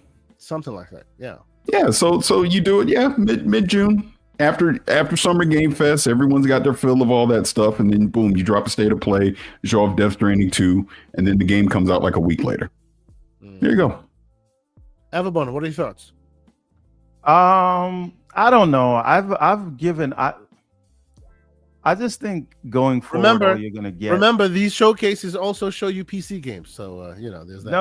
It's not that. It's not that. I just think that these, I think a lot of people are kind of remembering the E3 of Dreams 2016, was it? I just don't know if you're ever going to get that again. Yep. And right now it's more focused state of plays and then third party events. And so, I'll be interested to see what they're showing, but I don't know if I care. I'm gonna be honest with you. Oh man, that's just slanderous. And of course, not to be outdone, the great Dorian Gray's in the chat. He goes, definitely won't be marathon. Oh, that is just terrible. And shout out to Dorian Gray. He was upset because he was blocked or muted or something. Bro, you good? I checked. I made sure you're good. You're here. I appreciate you being here. We appreciate your slander. Don't worry about it. Yeah. Paris, you were going to say, you were going to reply? Oh no, you just said marathon, and I was like, yeah, that's all. Yeah. I would like your opinion on the marathon situation. I haven't heard your opinion on that. What do you think? Oh, you haven't? Oh, I've actually been pretty vocal about it. So, again, for a little bit. so full disclosure, I've been a part of their creator program since 2023. So I played a version of Marathon at Bungie that was before they changed it to this whole whole thing, right? Anyways, I played the alpha. It's not complete. So forget the artwork for a second. The game's not ready. You're not feature complete. You're giving promises of modes that are coming in the future. You're giving a promise of a map that's coming in the future. We've seen none of it, but yet you're going to launch in September.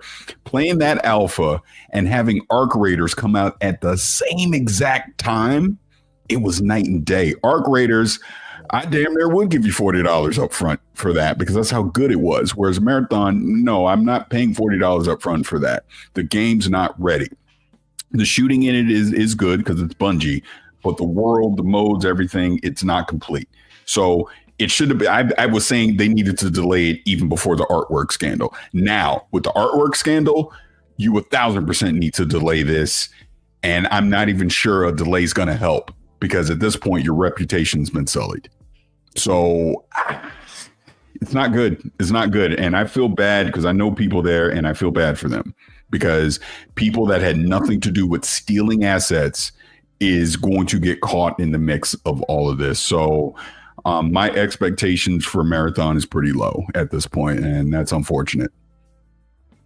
So it's such an interesting discussion because I feel like even though it is like well earned based on everything you just said, because I don't disagree with any of that, but I also feel like right now they're in such a negative PR cycle that like everyone expects the game to fail, right? And again, it's because of everything you just said. I'm not saying that they're like, oh, I'm not saying poor them, but that's just where they are. That's just a fact of where they are right now, right? Mm-hmm. And when you are ready to launch this game or any game, what do you do when you're in a negative sort of PR tailspin? Because good gameplay is not going to save that, right?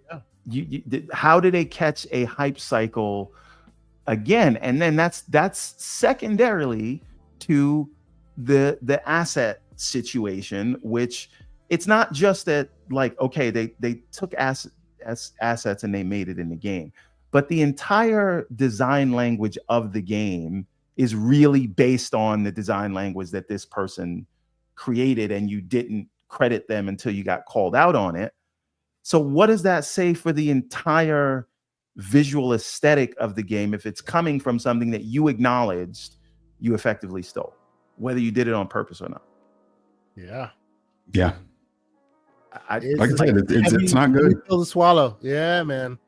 You know, that design language point is the apt point there, because man, oh man, you can say, oh yeah, you took this or you took that, but the design language that is the basis of your visual elements for all the games, this is what they build on for years to come. You know, this is the basis of what Destiny 2 would become, right? The design language. That design language stayed true from beginning to end. So for that to be plagiarized, or for whatever reason it is where it is, that makes that change so drastic. This is not ugly Sonic. This is no Sonic. Like, replace the character. Like, wow, this is crazy. Yeah. How they save it? Like, you know, a couple things on that. Yeah. that just damns it all for me is, number one, this is not the first time that Bungie has been accused and has confirmed that they've stolen assets from another creator. And the second part is, the art director plus other members of that art team was following this person on social media and never interacted with them. So it's like for years. Yep. And when you look at Marathon, when you look at her artwork, clearly not 100% of it was stolen, but enough of it that it clearly inspired the aesthetic of what you see in Marathon. So it's like, the whole thing's gross to me. All of it. Yeah. See, my question, and this may be a technical question for me because I'm the engineer, forgive me. We talk about the fab that is AI everywhere. This is low-hanging fruit. You don't scan all of your artwork to make sure that nothing is available elsewhere or has been maybe, potentially could have this issue. I mean, it's easy. Even us retail guys can do that. Y'all don't have a system that filters through all of your stuff to make sure no one's maybe taking it from the internet. It was easily seen. That's very strange. Well, that's why all of it is just so it's just such a bummer. Yeah. That to me, okay, let's put it this way. Even if this was an accident, like, okay, there was this rogue employee that stole this artwork and got it integrated into the whole aesthetic of the game. Where was the checks and balances? Where was the audit and the QA from your team? So again, that's another failure right there of leadership, that you don't have the controls and processes in place to detect something like this, that it essentially makes it to damn near a final version of the game, the version of the game that you want the public to see and play. It made it there. Literally has this person's name on it, like yes, in your game, just like. Oh. Trust me, and you can appreciate this as an engineer, because I'm literally going through my annual audits right now. I just finished one yesterday. The amount of documentation and controls and evidence, like anything you say you do, you need to show evidence that you can do it. Right? You can do it. That's right. Yes.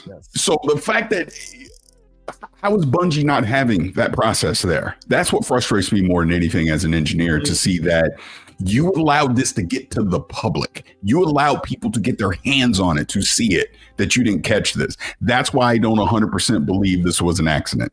I think it was stolen. I just do. That's damning. Oh, yeah. Anything you want to add to this? I mean, very. It just. I have no idea how this happened, and but I agree that it is not my bad, and it was conveniently done by someone who no longer works here. Right. Yeah. But again, and I've heard people, well, what does this say about the art director? Isn't this something that they, should catch? Captain goes down with the ship or whatever. But I think they're so close to release that they can't get rid of the art director at this time. And if they did it now, this is just me being cynical. If they did that now, no one would remember it by the time it launched. They'd still remember you guys stole assets. So if they were going to make a change at the executive level, it would be around launch time, cynically. Mm-hmm. So you can say they made a change, which is actually disgusting, because you're going to keep these people on. You're going to let them go because you think it'll help a hype cycle. So I hope that that's not what's going on. I don't know, man. But I do believe it is also, while once again completely earned, it is in algorithmically in a negative PR cycle, which means everybody's just going to be saying something terrible about it right now. Right. Yeah. And that's the worst place that you want to be with a game that, hopefully is going to be a next 10-year game. Yep. I don't know. Which is very sad, man. And we were talking again in the Discord before this show about similar negative energy around Ghost of Yotai. It's like all great works, but it looks like there's a lot of negativity there for some reason or another before even the projects come out. I'm not a fan of that, because I too am very excited for Yotai as well. You guys have heard me talk many times about how I like Tsushima. So yeah, I think it's great. I'm looking forward to it. But to your point, Everborn, that you were making, and the broader point, it seems like a lot of this is falling into this place where the negative cart is being put before the horse before anyone even gets a chance to play it. And it's just, I wonder what they do to get out of this, as PlayStation, for example, right? Because how do they rekindle the fire for something like Marathon, or do they change that? Design language, or hell, do they make a public show of it? Do they make a public show of it? Apologize to her and make her the art director? No. Like, what do they do? No. Artist and art director are two very different things with two very different skill sets, and so true. Just because you created a design language doesn't mean you're the right person for an art director job. But they gotta find some way of saving this. Is this gonna go the way of Concord because of this? No. Now, Fair Games is another one that maybe but I don't think we're in a Concord situation, but this needs to be so much bigger than Concord, right? So I well, what I mean by are we in a Concord situation is, are we in a situation where you see them spending a lot of this money and then they're gonna have to claw all that back and write it off later because it just doesn't work? Right? When this game comes out, inevitably, does she then go to court and actually have a case? I mean, that's a separate thing from how this game will do. I think. Well, I mean, all that's in the soup, and does that lean heavy into this game not existing? Because if they don't release the product, problem solved. But that's also another potential problem for them, a la Concord. You know what I mean? Yeah, it's a tough place because they need something on the board, and obviously the game ain't ready. Whatever. True, to what Paris was saying, absolutely. But let's say it becomes ready in like a year, same design language. You release that, or do you have an agreement with her before time? Like, right. It's a tough road to hoe. It's tough, really tough, because you're gonna see this thing with her name on it or whatever, and her design language in it for a long time. Because that's Destiny. Think of Destiny. Destiny 1 and 2 basically have the same design language. They lasted a long time. Obviously, they expound on it and all that, but they start at the basis of that design language. So if that's the problem here, it will be here forever as the length of the lasting of this IP. But once again, Destiny had a lot of hype going into it. Mm-hmm. True. Well, but that also didn't have the Stankonia that we're talking about here. Unfortunately, it is. I don't know what the answer is to this though, because you can't change the design language now. People are going to remember all this. You're in a genre you're in a space that is just time competitive as it is, and then you've chosen one of the more obscure genres of the shooting space, and so it's like or subgenres of the shooting space. It's tricky, man. Wow. I'm seeing some slander. Shout out to Nerds, great member of our Discord. He says seeing Twitter refer to this as the Concord trilogy, Concord Marathon and Fair Games. Wow, that is playing in some of those waters that I try to avoid, but it is hilarious. Anyway, don't do that. Anyway, but yes, this is kind of tough. But all right. So we won't belabor the point too much longer. People want you to talk about Expedition 33. They do. I keep seeing people saying, and with that, I will make my exit because I have not played this game. You haven't?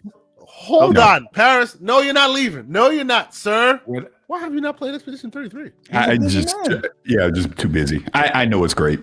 I just haven't played it. Okay. I need to. Yeah. I look forward to the day you do, because you like storytelling and stuff. I think you'd have a lot of fun with it. Okay. Just play it before December, because I promise you it's going to be a game of the year. Oh, I know. Yeah, 100%. Yeah, I will. I can. It is one of those. I can't even say what it's going to do to your life in terms of media that you've consumed, because it would be a spoiler if I did. And those who have finished Act 2 know what I mean.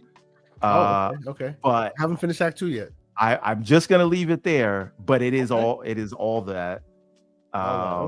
Okay. I'll install it on this guy right now. I'm gonna install it right here, right now. Don't do that. Play that on the big screen, man. Play that with the best graphics that you can. Because if I don't do that, then that means I'm not gonna finish it for 6 months. All right. Well, before Paris, before you go, we'll come to Expedition 33 after. Doing the Dark Ages. I started that since I finished Expedition 33 this week. Okay. I played the opening level. Very different than Eternal. I don't know if it's in a bad way, but two things I want to ask you. Have you gotten a chance to check out Doom: The Dark Ages yet? And then what do you make of the it flopped on Steam versus the 3 million players 7 times faster controversies? So first of all, I'm offended that you don't know that I have 2 reviews of Doom: The Dark Ages on Gamertag Radio and Kind of Funny. No, I mean I gave it a 9. I thought it was great. I would suggest upping the difficulty on it, especially, and you'll see what I mean because you're still early on. You really don't see a challenge until probably I'd say after chapter 12. You know, it's pretty straightforward, but it's Doom. It's fun. It's just the shooting's great on it. I mean, id Tech obviously looks fantastic from a visual standpoint. Yeah, I mean, I love the game. As far as the whole look, I just don't care about the sale. All this is social people on social media wanting something to talk about, to brag about. That's all this comes down to. Who cares? If they're happy that they got 3 million people to play the game, that's all that should matter. How they got to play the game, it's not my problem. Why does it matter to you? If you bought it, great. If you played it on Game Pass, great. Who cares? Enjoy the game. That's my argument with any of the stuff that I see people with sales numbers and all these things. Did you enjoy the game? That's all that should matter.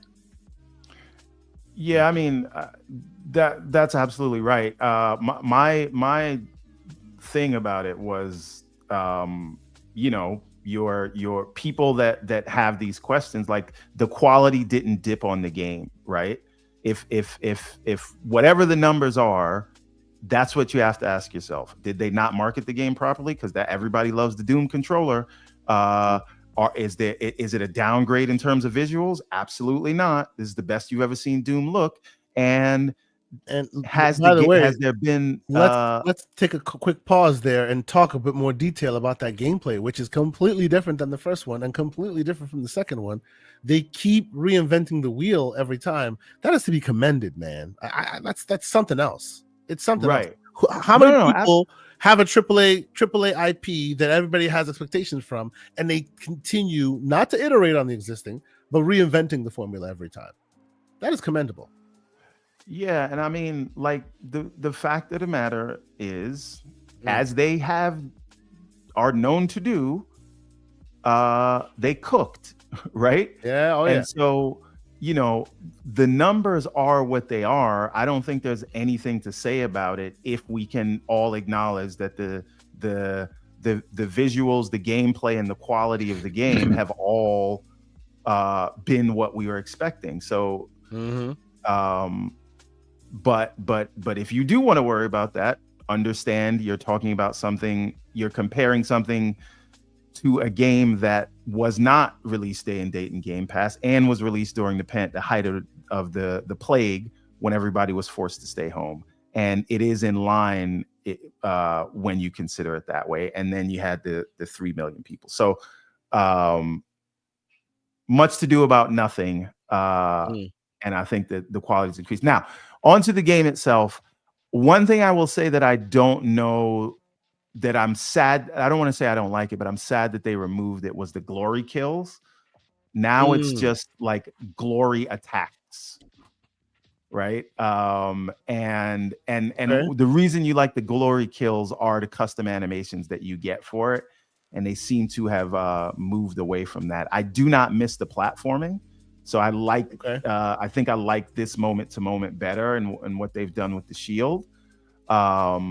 But I do wish they kept the glory kills. Yeah, what do you think of that shield, sir? What do you think of that shield? Like, I felt like that. My initial take was I don't like that they missed the grapple shot. Then I'm like, okay, so they made the shield the grapple shot, basically.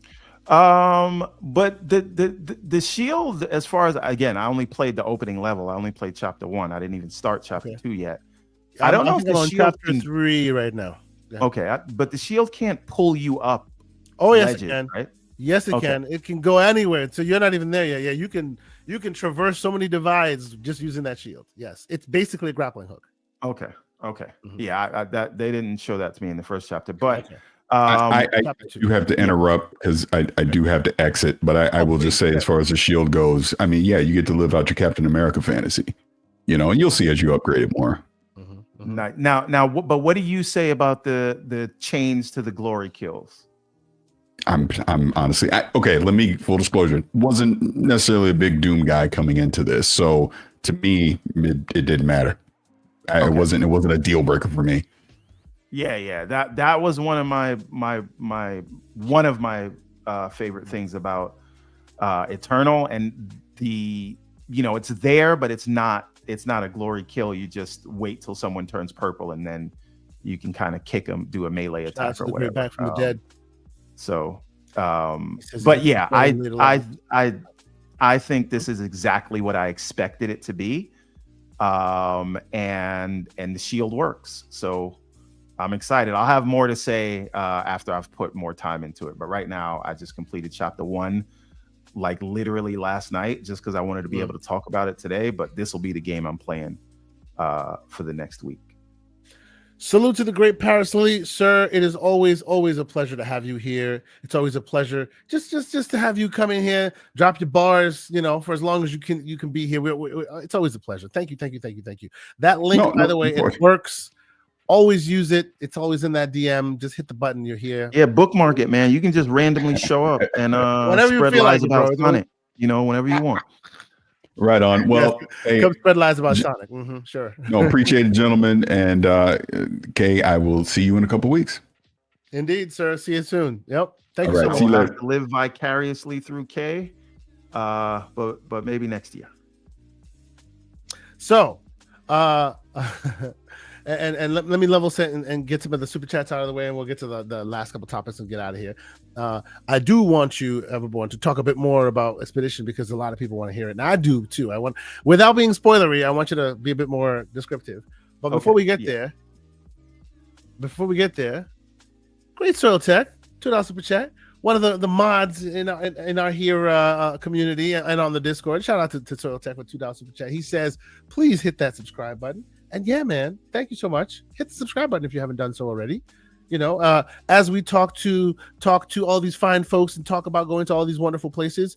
If you feel the need to be a member in our fair channel, we appreciate you. And every single small bit of funding you can use to send our way, defray some of those costs that we will be incurring, like we did in at the PAX East, and what we're doing in June, and hopefully the other shows that will be moving forward. I'm keeping some of them under wraps because I haven't finalized where we'll be going just yet. But I feel like this will be a very, very show heavy year this year between comic books and GCP shows. So shout out to everybody who continues to assist us in that way. Thank you.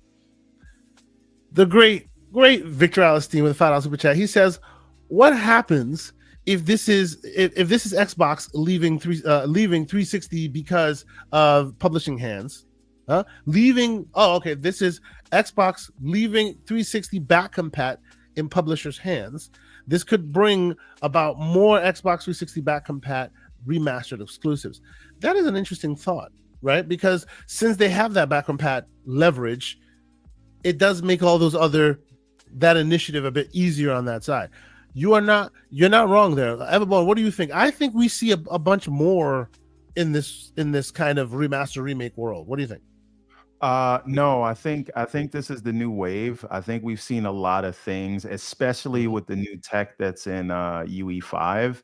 And I know this is not UE5, but the idea that you can keep your existing engine to be the brain, put on top of it, right? Slap the visual layer on top of, which I still don't know how they're doing that.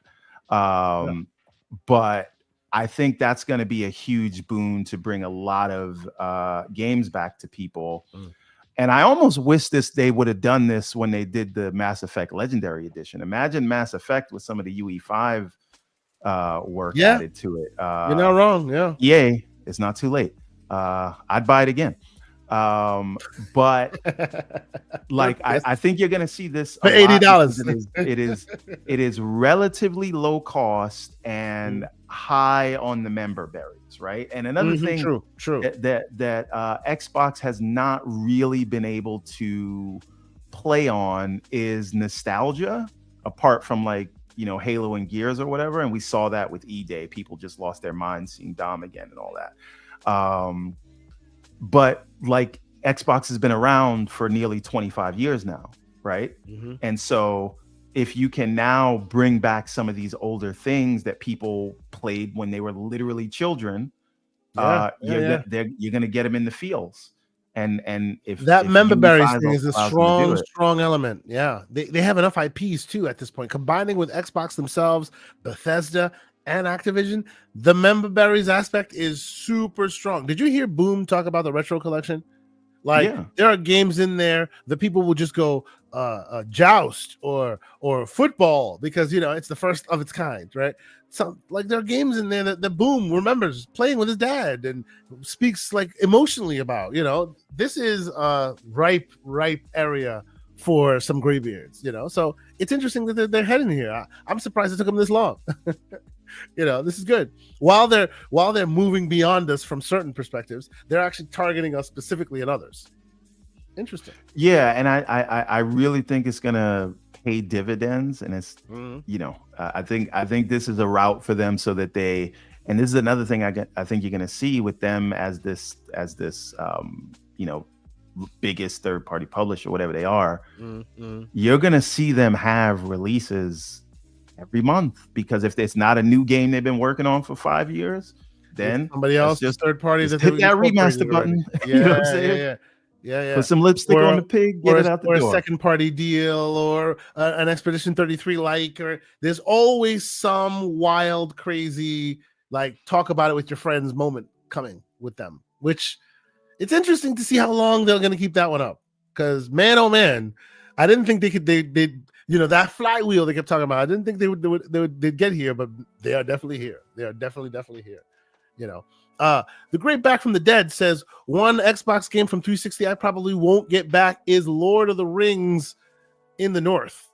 I guess it's because of licensing issues. This is the thing, right? A lot of these licensing issues are stopping these games from coming back in full force. But it's interesting how some of them are just kind of having new life months and months and years after we let the idea of them go. Right. I love the fact that Pitfall and all these other things are now back in that collection. This stuff gives me hope that maybe the last few here in dribs and drabs of the Game Pass back and pack collection might find a new life somewhere else as well. It's good. Ebunk Pie with a really good assertion. I've been saying this for a while. He says he wishes that he had that Halo used id Tech after seeing Doom of the Dark Ages visuals, enemy density, and how expensive the world is. Sir, I agree wholeheartedly. Absolutely. I have been saying this for a long time myself, and Mr. Infinite Umbra have been getting into it on the Discord. We need them to stop with we're going to Unreal. No, fine, go to Unreal, but let id use id Tech to make like an ODST variant, right? Because I'm telling you, that engine deserves more respect. I agree wholeheartedly. So, real quick, catch some couple of super chats, and then we'll get to the last one, and we'll get out of here. J Mac, the great J Mac, who's been a member for 16 months, sir. We appreciate you. He says, "Is it safe to say that PlayStation is clearly the market leader, as well as Xbox and Microsoft? Are clearly the industry leaders? Am I wrong?" Nintendo says, "Hey." Yeah, I mean. Like at what? Yeah, it depends on which one we're talking about. If we're talking about like software and services, I would say Microsoft, right? If we're talking about the console paradigm, I would say Xbox, PlayStation. And if we're talking about what IPs and sales, I would say Nintendo, right? Yeah, I mean, sure. I just think this idea. Well, each of them do well. Yeah, it's not about like. At the end of the day, these are the platform holders that are there. So they're, that's a very small group. And I don't know that it really matters who's first. What matters to me anyway is who's providing the content that I want. Who's providing the best user experience. That's right. Right? That's what I call that transactional relationship. You give me what I want, I'll give you my money. That's it. You don't give me what I want, no money for you. I move on to something else. It is what it is. Right. Like at the moment, Valve has given me the best overall like ecosystem user experience. True. That could change, and then I'll make changes. At the moment, as a publisher, because believe it or not, we're in this hobby to play games. I think who's given me the most games right now of the three is Microsoft and their subsidiaries. Oh, hey now, you're gonna get your client on your neck. Shout out to those who know in the Discord. Anyway, salute to Adidas 20, who's here with a $2 super chat. He says, "Good morning and salute to you, good sir. Appreciate you being here as usual. Always here, always showing the support." The great Lord Negatron with a $10 super chat. He says, "Random. Just saying the GCP Discord is fire. So much to see. I have to get acclimated and caught up." Sir, we appreciate you. Appreciate you being there. Yeah, we love that Discord. There's a lot of fun to be had in it. We're tuning up some of the roles and responsibilities and trying to get a little more things in there. But we have us some interesting conversation, boy. You also join us. Shout out to the great people in the Discord. Great King Webb also here, $2 super chat. He says Microsoft should leverage the PS3 games as exclusives. What are we saying there? Microsoft should leverage the PS3 games as exclusive. Oh, you mean the games that were specifically difficult for PS3 to run, a la like a Space Marine 1? You should leverage those as the exclusives. I don't think that's their play necessarily. It's just kind of working out that way.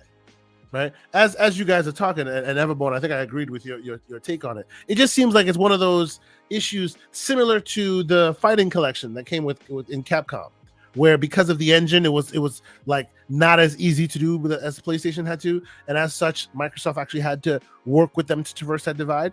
The juice may not be worth the squeeze as it is right now, and as such, if PlayStation really cared, they probably could help traverse that divide as well.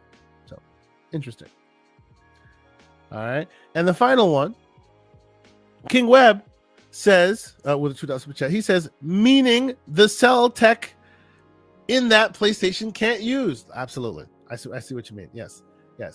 Basically, because they can't do it, because they can't local render. Let's leverage that as exclusives. Although I say I think that's also a little weird, because at this point, even this device can emulate PlayStation 3. Right, they need to revisit that thing, because they probably could emulate it well at this point, and there are some open source devices that could probably help them, open source software rather, that could probably help them like shorten that thing. But anyway, Everborn, I know we're not going to talk spoilers about Expedition 33, but I want to leave our audience with some Expedition 33 coverage, because they've been asking for it. So I must ask you, if you heard about this. Oh, go ahead. Well, you can ask me, but I do promise you we are going to do a spoiler cast of this. And I know I usually don't come to the spoiler cast because they do them before I finish the games most of the time. You finished it already. Yeah, but this one I have finished. I'm finally waiting on Kay Asante to finish the game. You know so we what? can officially have that conversation. You know what? This might be one of those rare situations where a spoiler cast happens without me. Aaron, I see you in there. Lucius, I see you in there. Steelo, all y'all. Slow-mo on there. Everborn is here. He's able to master. He's able to MC the situation. I may be able to bow myself out. I'm still playing it, and I will finish it.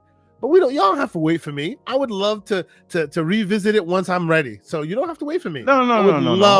Hold on. Stop using this as an excuse to continue grazing. Lock in. No life it, finish the game, and let's have this conversation. Doom is also calling my name, sir. No. I promise you, you get to end of the act 2 and you will understand that this is the cat's pajama. Well, Act 1 already told me what I was expecting. I hear Act 2. No, it didn't. But it didn't though. Anyway, we will have a proper spoiler discussion, but because you know what we about here, we play them games, we talk the tech. We also do some on the real stuff. Did you hear that they're making a movie, sir? I did hear that they're making a movie, and I don't know how I feel about it, because there's some very heavy conceptual stuff in this game, and I think that the narrative that they tell here is entirely about like they set up these moral quandaries, and they give you the agency to decide what is right given the story that they set up over the course of the 40 to 80 hours, however you play it. And so and that's why I think this is so special. The game leaves you thinking about, well, what is the right choice given what we've all seen, given what they've been telling us this whole time. What is the nature of this world that they've put in front of you? And one thing, like, these are completely separate games, but I think that one of the issues that people had with the ending of Last of Us 2 is that it took a little bit of agency away from you. And with this game, they ask you a very specific question based on everything they showed you. And I don't know that there really is a right answer to the question they ask. And I just think I have really not. This is not like a Gears of War 5, who do you want to let live thing. This is really this is like a philosophical question that you're asked to answer by the end of it. And I just think it was the setup of it all leads to this thing. And I have not seen, although I've seen many great stories with multiple paths, the idea that this all leads to a single question is just fantastic to me. And I can't say anything more without... You're spoiling the end, sir. Yeah. It leads to a question? What's the question? It leads to a question. That's all I can say. Shout out to Everborn Sagaing the story. I didn't know it led to a question. Anyway. But yeah, I just think there's so much philosophy in this. There's so much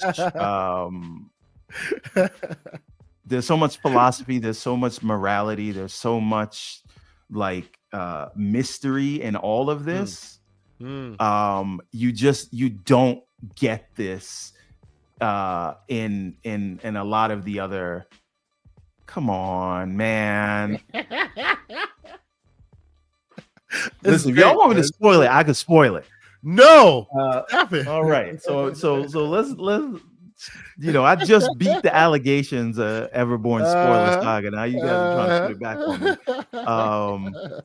But I really think that when you talk about interactive storytelling, this does something so special that I think a lot of other guided narratives don't do. And once again, what a lot of people, when they looked at the ending of Last of Us 2, they were upset because they took a certain level of agency away from you. And this time again, completely different thing, completely different, whatever. But fantastic. Now, what one thing I will say is that I opted to go relatively straight after the end of Act 2 to the end game, because they basically at the end of Act 2 the world opens up, so all the other places that you couldn't travel to, you can travel to now. And but the experience level, like the difficulty level, spikes up in a lot of the places, and they don't really tell you. That's how they gauge you. Yeah.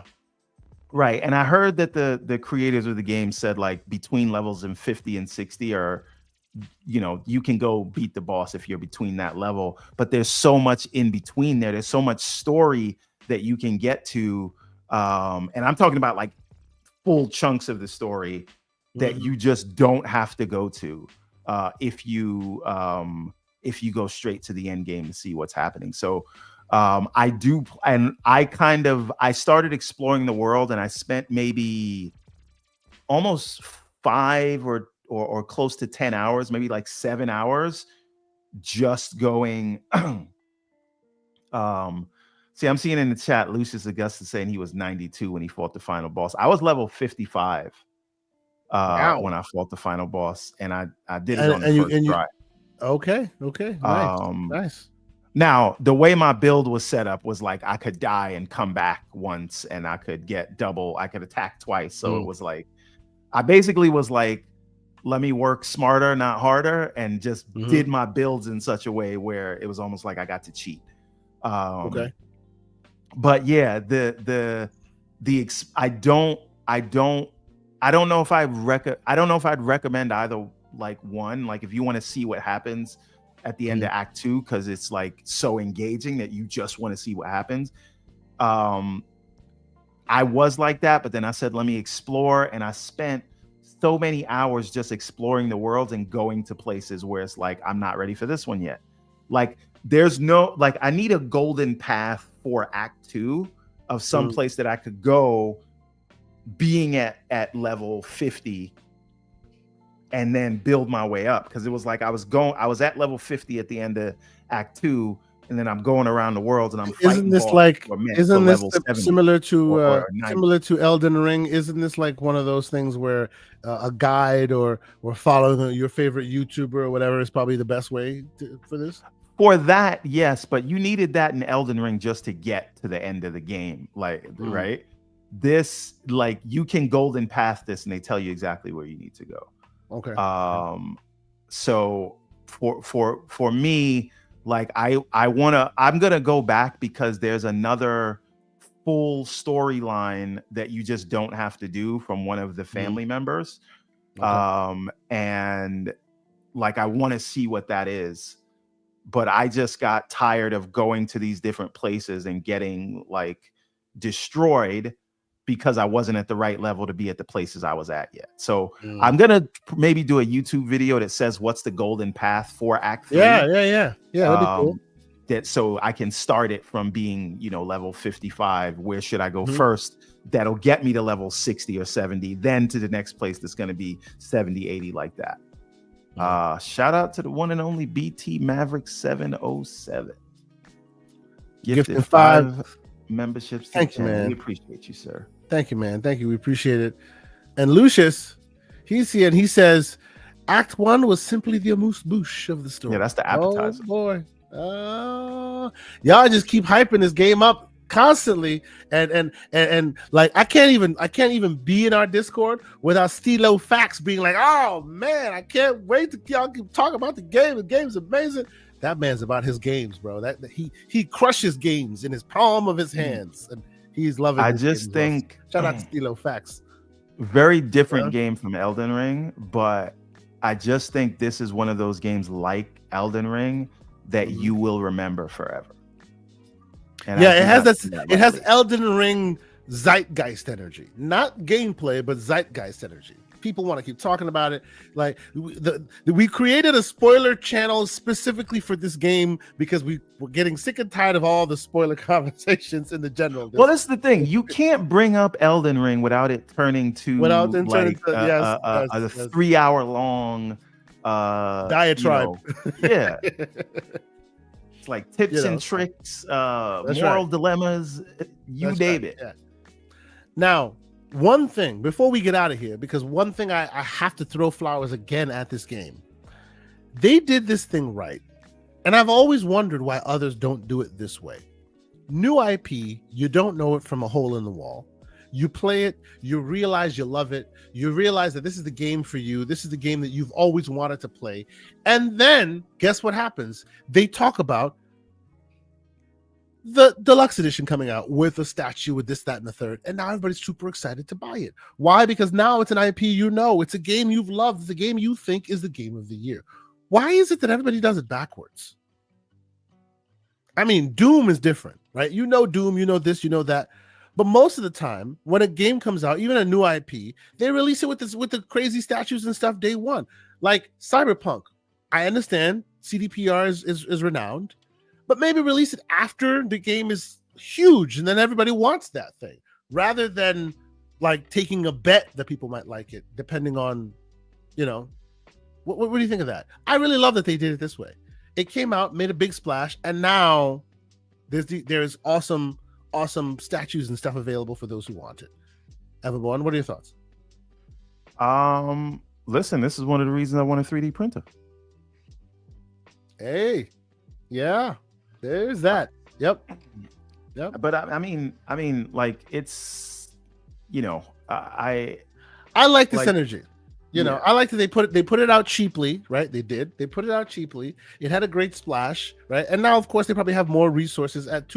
To Lucius's point in the chat, he said they had a small team, but they use a lot of contractors and assets to get and other stuff, which all is fair in a small team But getting it's things done. still relatively small. Like the core team was 30 people, and Yeah. as I understand it, even with all the subcontractors, and what we're talking about is like, QA testers, some like like some asset creation, things like that.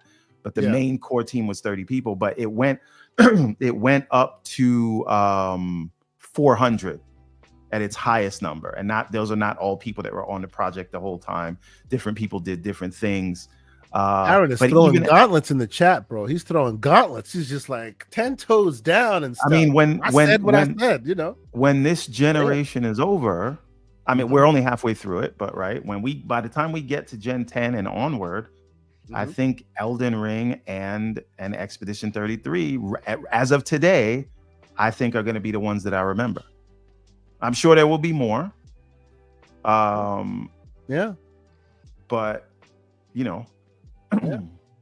hey, what's the great interesting Soil about Tech Sample? disagrees. I love the fact that this is an interesting debate that could be had. What's better? I think that it can even be mentioned in the same sentence is a victory. Is a victory. Absolutely. How long did it take any of FromSoft's games to get to the fine point that it is now? How many iterations did they take? And Sandfall's like in that conversation now. That is monstrous. Anyway, yes, you were saying. So I want you guys to think about this. Sandfall is what Ninja Theory. We can talk about that. We got to talk about pricing on that, but it could go down. There you go. And just so you know, that printer prints multiple materials. I'll leave it at that. So the what was I saying? BT you were talking about you were talking about the differences between the teams, the small. Oh, right. So when you think about this, Sandfall is actually the embodiment of what the initiative was supposed to be. Okay. You have experts from around the industry coming together as a small team, workshopping ideas, building it out, and when it's time to go to full production, you bring on the contractors to take it over the finish line. And you make masterpieces. That is what the initiative was sold on and pitched as, but it seems like we've actually gotten that from Sandfall.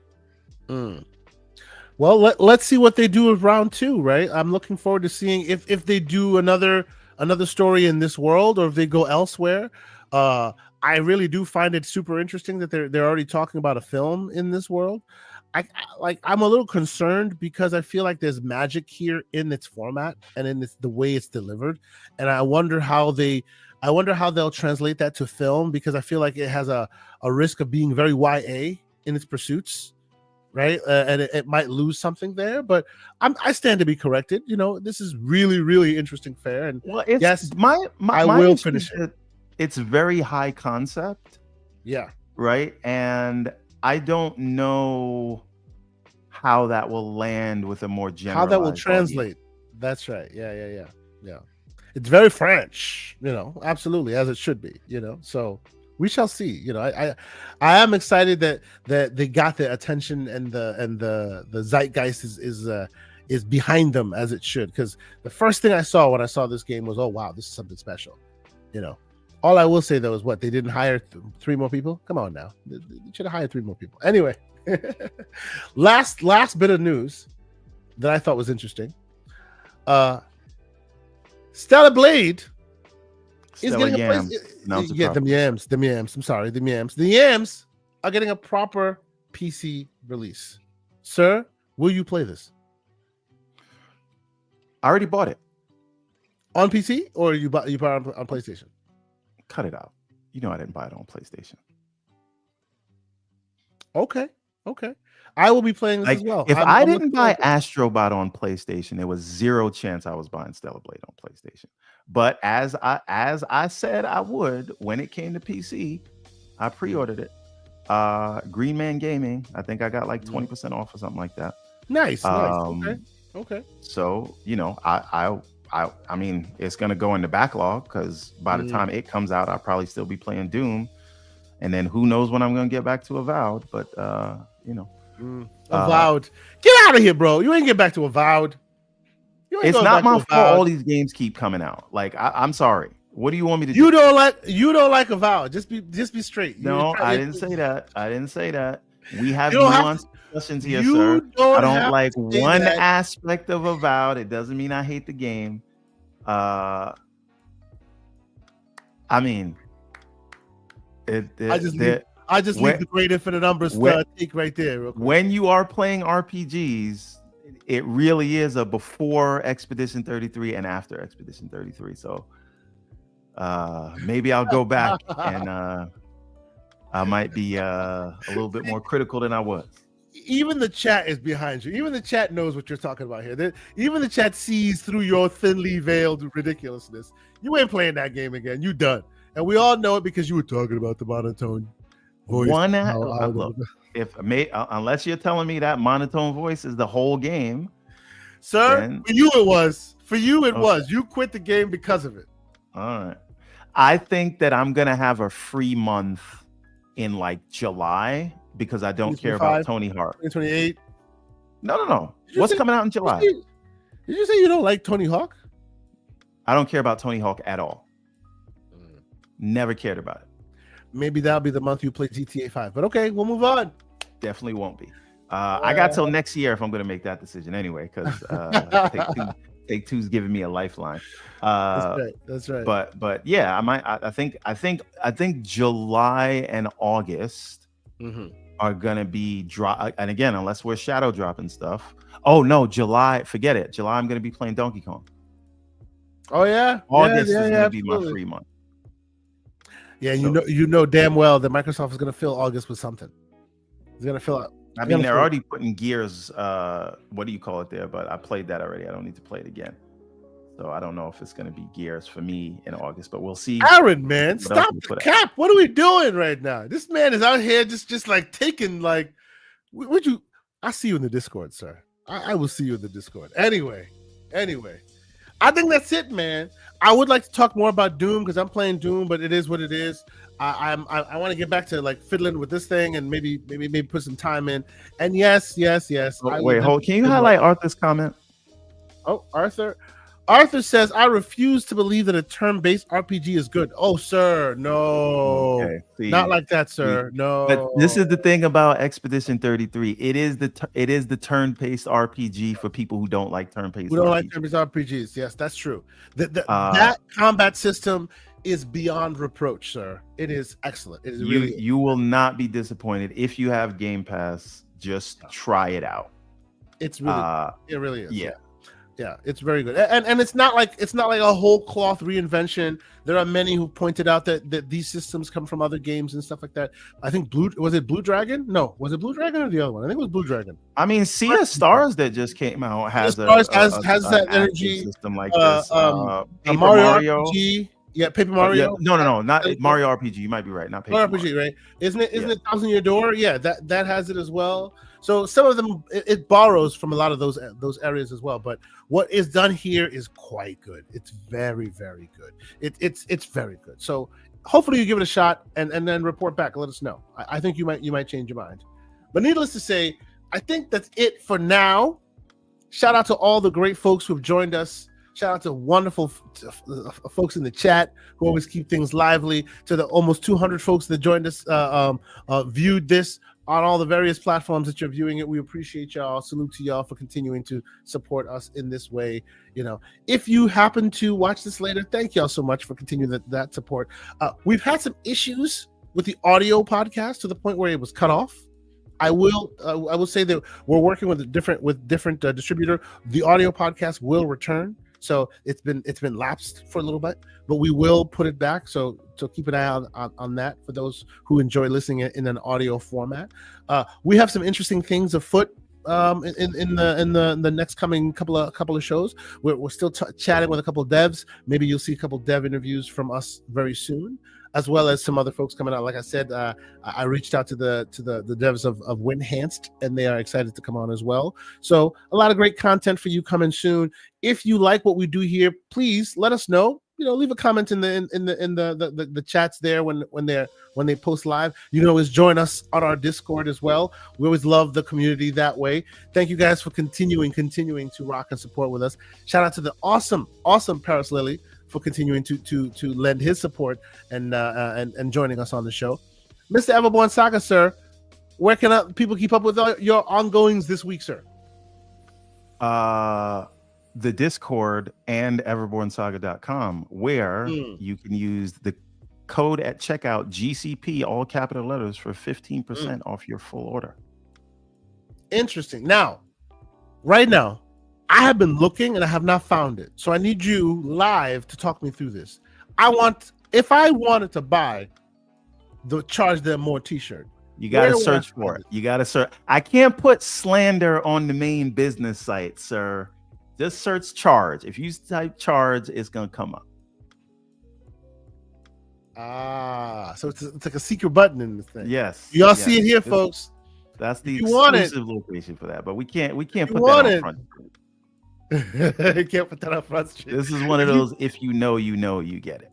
If you know, there's a 15% right there. You get 15% off of that order right there. But you know what? Do me a favor, Kay. Go to the apparel section. Go to the top and just click on apparel.